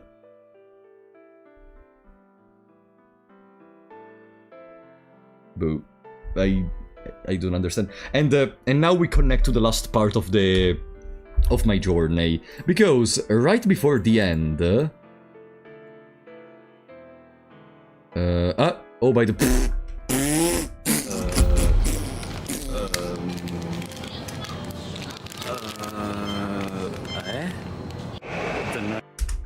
right before the end, my friends were eating at a sushi restaurant, but I already ate something somewhere else. They told me there was a vampire academy bar nearby I could wait into. Okay, called Twilight Rouge.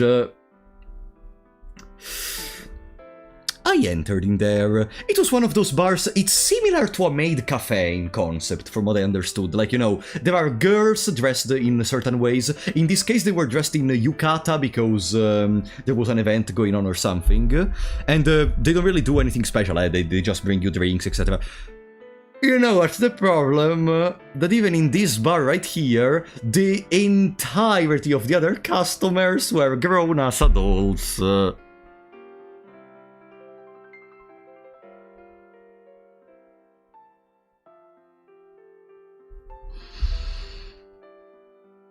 Boo. But once again, it's a simple bar, don't think in any malicious way ever, eh? But still, I don't know, maybe there is some stuff I'm missing, but these bars have rules like no touch. Yeah, exactly, absolutely. Yeah, and also because, like, from what, I don't know if it's confirmed, but, like, from what I understood, they are also, like, you know, these kind of activities, like the girls on the streets, etc., could be connected to stuff like Yakuza, etc. So, like, if you do some stuff, etc., or try to, like, record in their presence, then it could be a serious problem for you, so do not do that. But yeah, in general, that's one side of Japan I'm happy I didn't investigate too much into, because I don't really want to have any kind of... They're a lot more fun if you can speak Japanese. Yeah, I couldn't speak Japanese. In fact, in my entire stay in that bar, I had to use Google Translate because no one was literally able to understand me at all. But yeah, that's my final day of Japan. I was able to witness to the dark side of Japan. You know what's a thing I don't want to spend too much time talking about. No, I didn't play any Yakuza games. One last thing I didn't tell you. The reason for which maybe today you didn't see me that ecstatic, I enjoyed the trip a lot. It's also because I got a bad news when coming back home, personal reason, familiar reason. I don't even need to, let's say a parent I had passed away recently, so when I was in the trip in Japan, and he did not tell me because he didn't want me to lose my excitement for the vacation, so... But still, just as a quick note. But no worries, in a couple of days I'm gonna be back in full strength.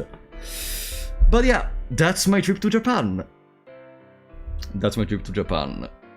You know... I'm gonna miss a lot of things from this. Sorry for the loss, thank you guys. No, but let's not think too much about it. Let's think about all the fantastic things we brought back. Oh, and I already showed you a couple of those. When I was away, I think I ordered, on AliExpress arrived, the Yu-Gi-Oh! Orica. They are basically cards of Yu-Gi-Oh! But made with the layout of the anime. Like, with the... Instead of having descriptions, etc., they just have the attack and defense, and then the number of stars. They have the funny cartoonish back. Very cool.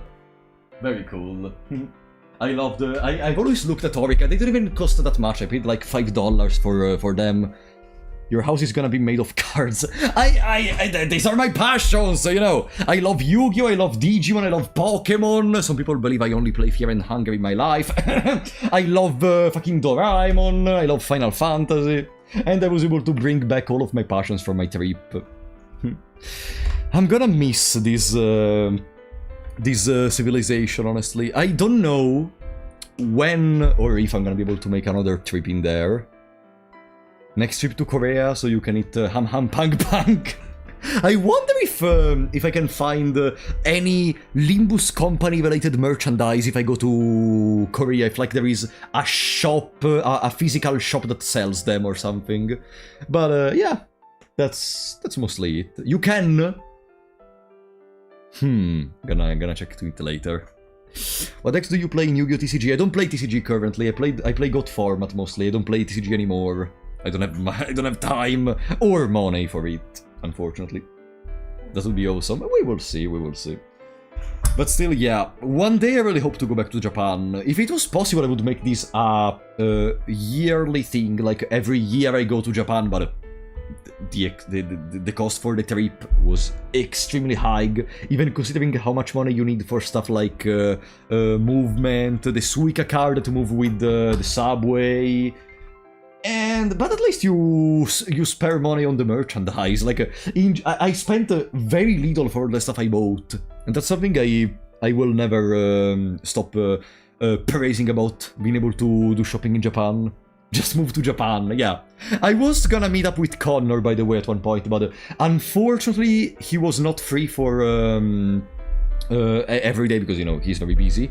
And he was also gonna go away from Japan on a certain day.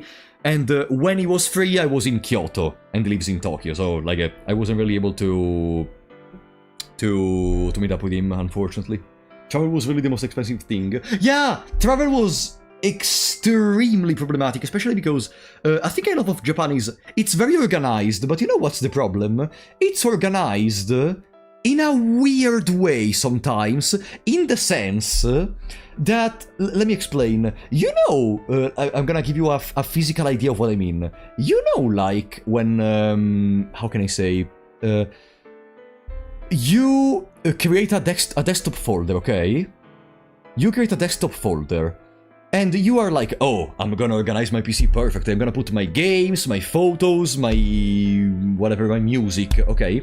And then inside of the folder of games, you divide them by category of game, okay? Adventure, fighting, etc. But then, instead of all of them, you divide them by color, okay? But then you wonder, but wait, if they are of the same color, shouldn't I make the same genre of games in the same folder? And then you start mixing up them in a very weird way, which only you understand, and only you know how to find certain stuff you need. I feel like Japan is extremely organized in a way that only Japanese people understand. Like, you have to live in there for at least 1 year if you want to really understand how the metro is organized, how the stuff in the stores is organized, how movement between roads is organized. Sometimes you need to stay on the left side of the escalator, sometimes you need to stay on the right side of the escalator, depending from where you live. In Osaka should be on the right, if I recall correctly. In Tokyo is on the left. It's full of this kind of stuff. Yeah, you start by saying you want to organize perfectly, and then you have a folder instead of a folder instead of a folder. The trains are complex, especially because they are run by a bunch of different companies, yeah. And like even the indications for the trains, like sometimes we had to go to gate number 1, but looking at the signs, you do not see a one sign which says gate number 1 this way. You have to go into another zone from completely randomly, and then in that zone, they say gate number 1 this way. It's like a boo. Were people curious of how you looked? We didn't really have any particular interactions with any Japanese people, honestly, during our entire trip. People getting lost in the subway stations, it happens. It happens. We spent, sometimes we spent even 10 minutes in a station. €2.30. Frapp, could you check Discord message after stream? Smiley Thank you for the face €2, emoji. OmniDrive. I really appreciate that. I'm gonna check Discord later then. Thanks so much for the support. The text-to-speech came back to work, for the love of God. What the fuck? I was able to fix text-to-speech. What do you mean? I was able to fix text-to-speech after 5 years.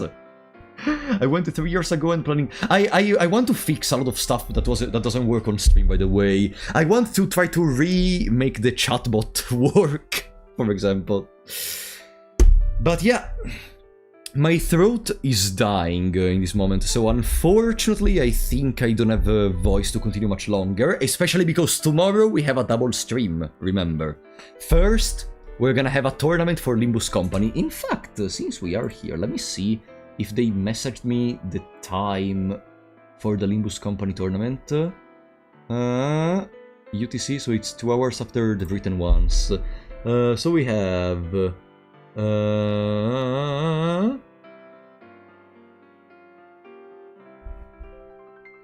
Stop donating, Sorry? okay? Mike, thank you for the $5, buddy. Testing TTS. No. Only for tips. I'm sorry. Only for tips. Only for tips. For Super Chat, it doesn't work. I could implement it, by the way. But. Only for tips it works. Thank you for the support, though. What games are you planning to play after returning, aside from Silksong? I first want to finish Blueprints. For the rest, can I be honest? I need to think about it. I have a list full of games I want to play regardless, but I didn't have time to think about what game I want to bring right now apart from Silksong. Cause Night Rain, of course, is gonna come back, especially because they're gonna put ranked. Oh, I'm gonna say it right now, later I'm gonna make an announcement. On the 16th of September, I'm gonna join Sabaku no Maiku on Twitch. We're gonna play in a marathon together for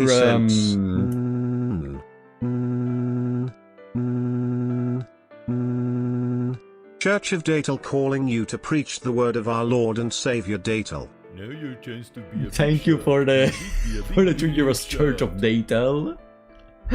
Stark, thank you for the 100 hours. TTS in super chats. I could implement it. Everyone in John Cena voice. Are you sure about that? No. Mac and Crowds, thank you for the 50 memberships, buddy! Welcome back to the 50 new big shots. Thank you so much, Cruz. Welcome to the stream, by the way. I saw you joined like 30 minutes ago, I think. Nice to have you here, buddy. Welcome back. Oh boy. My voice is dying already. I need to take something for my voice to be ready for tomorrow. By the way, yeah, let me quickly check the tournament date. So here it says Thursday, 3 p.m. to 6 p.m. Okay, from 3 p.m. to 6 p.m. tomorrow we have the Nimbus Company tournament, and then from 6 p.m. we have a continuous marathon of Silksong, I guess. Cruz, really, thank you so much for the support, buddy. I love you, buddy. Really appreciate that. Did you write anything, by the way? I don't see anything. Can you write something, please, buddy? Yeah, we're gonna have a Nimbus Company tournament tomorrow. There is prize money for it. It's like $400, if I recall correctly. Okay. Me and Welvader are gonna join together. Welvader, are you still in chat? By the way? I wrote something, but it got lost in chat. Oh, wait.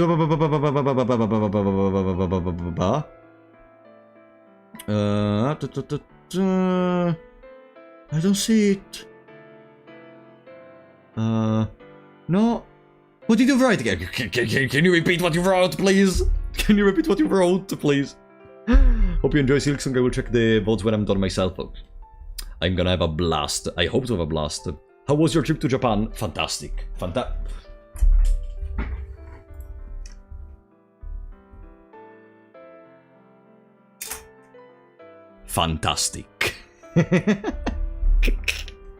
Fantastic. God damn it. Thank you so much, Mac and Cruz, really. I went there 3 years ago and plan to going again next year. I think, if I recall correctly, next year they're gonna implement extra taxes for tourists. Am I wrong? Or maybe they're gonna remove the tax-free shop. So yeah, it's gonna be less convenient to go there, but go for it regardless. Go for it. Go for it. Like, stuff in there costs much less, so even with taxes you should be fine overall. Yeah, I think I did read something about them removing taxes or increasing taxes. I don't remember exactly which one was it, but this year was the last good year to be able to go to Japan without many problems. We saw your left wall. Yeah, it's my room has 4 walls. Oh no! Spoiler! My room has 4 walls. Well, oh boy. Yeah, probably they're gonna get rid of the tax-free thing. Even though, I'm gonna be honest, I didn't really use the tax-free much, because even if you want to use it, you need to spend 5,500 yen in that single purchase you make. So, for the stuff I bought, I didn't really use it much. So nah. Even if they remove it, it's not that big of a deal, honestly. In any case, guys, I think for today that's gonna be it. So tomorrow we can prepare very quickly for our tournament and for Silksong. The roof reveal when? Look at the roof. Ah, that's a portrait of me. Someone made it. That's the roof. You happy now? Yeah, it's a fan art from the sister of one of my friends. Well, guys, hope you had a nice day. Hope you enjoyed being able to see what I did on my trip. Thank you so much for coming. We will see each other tomorrow for Silksong and for the tournament of Nimbus Company.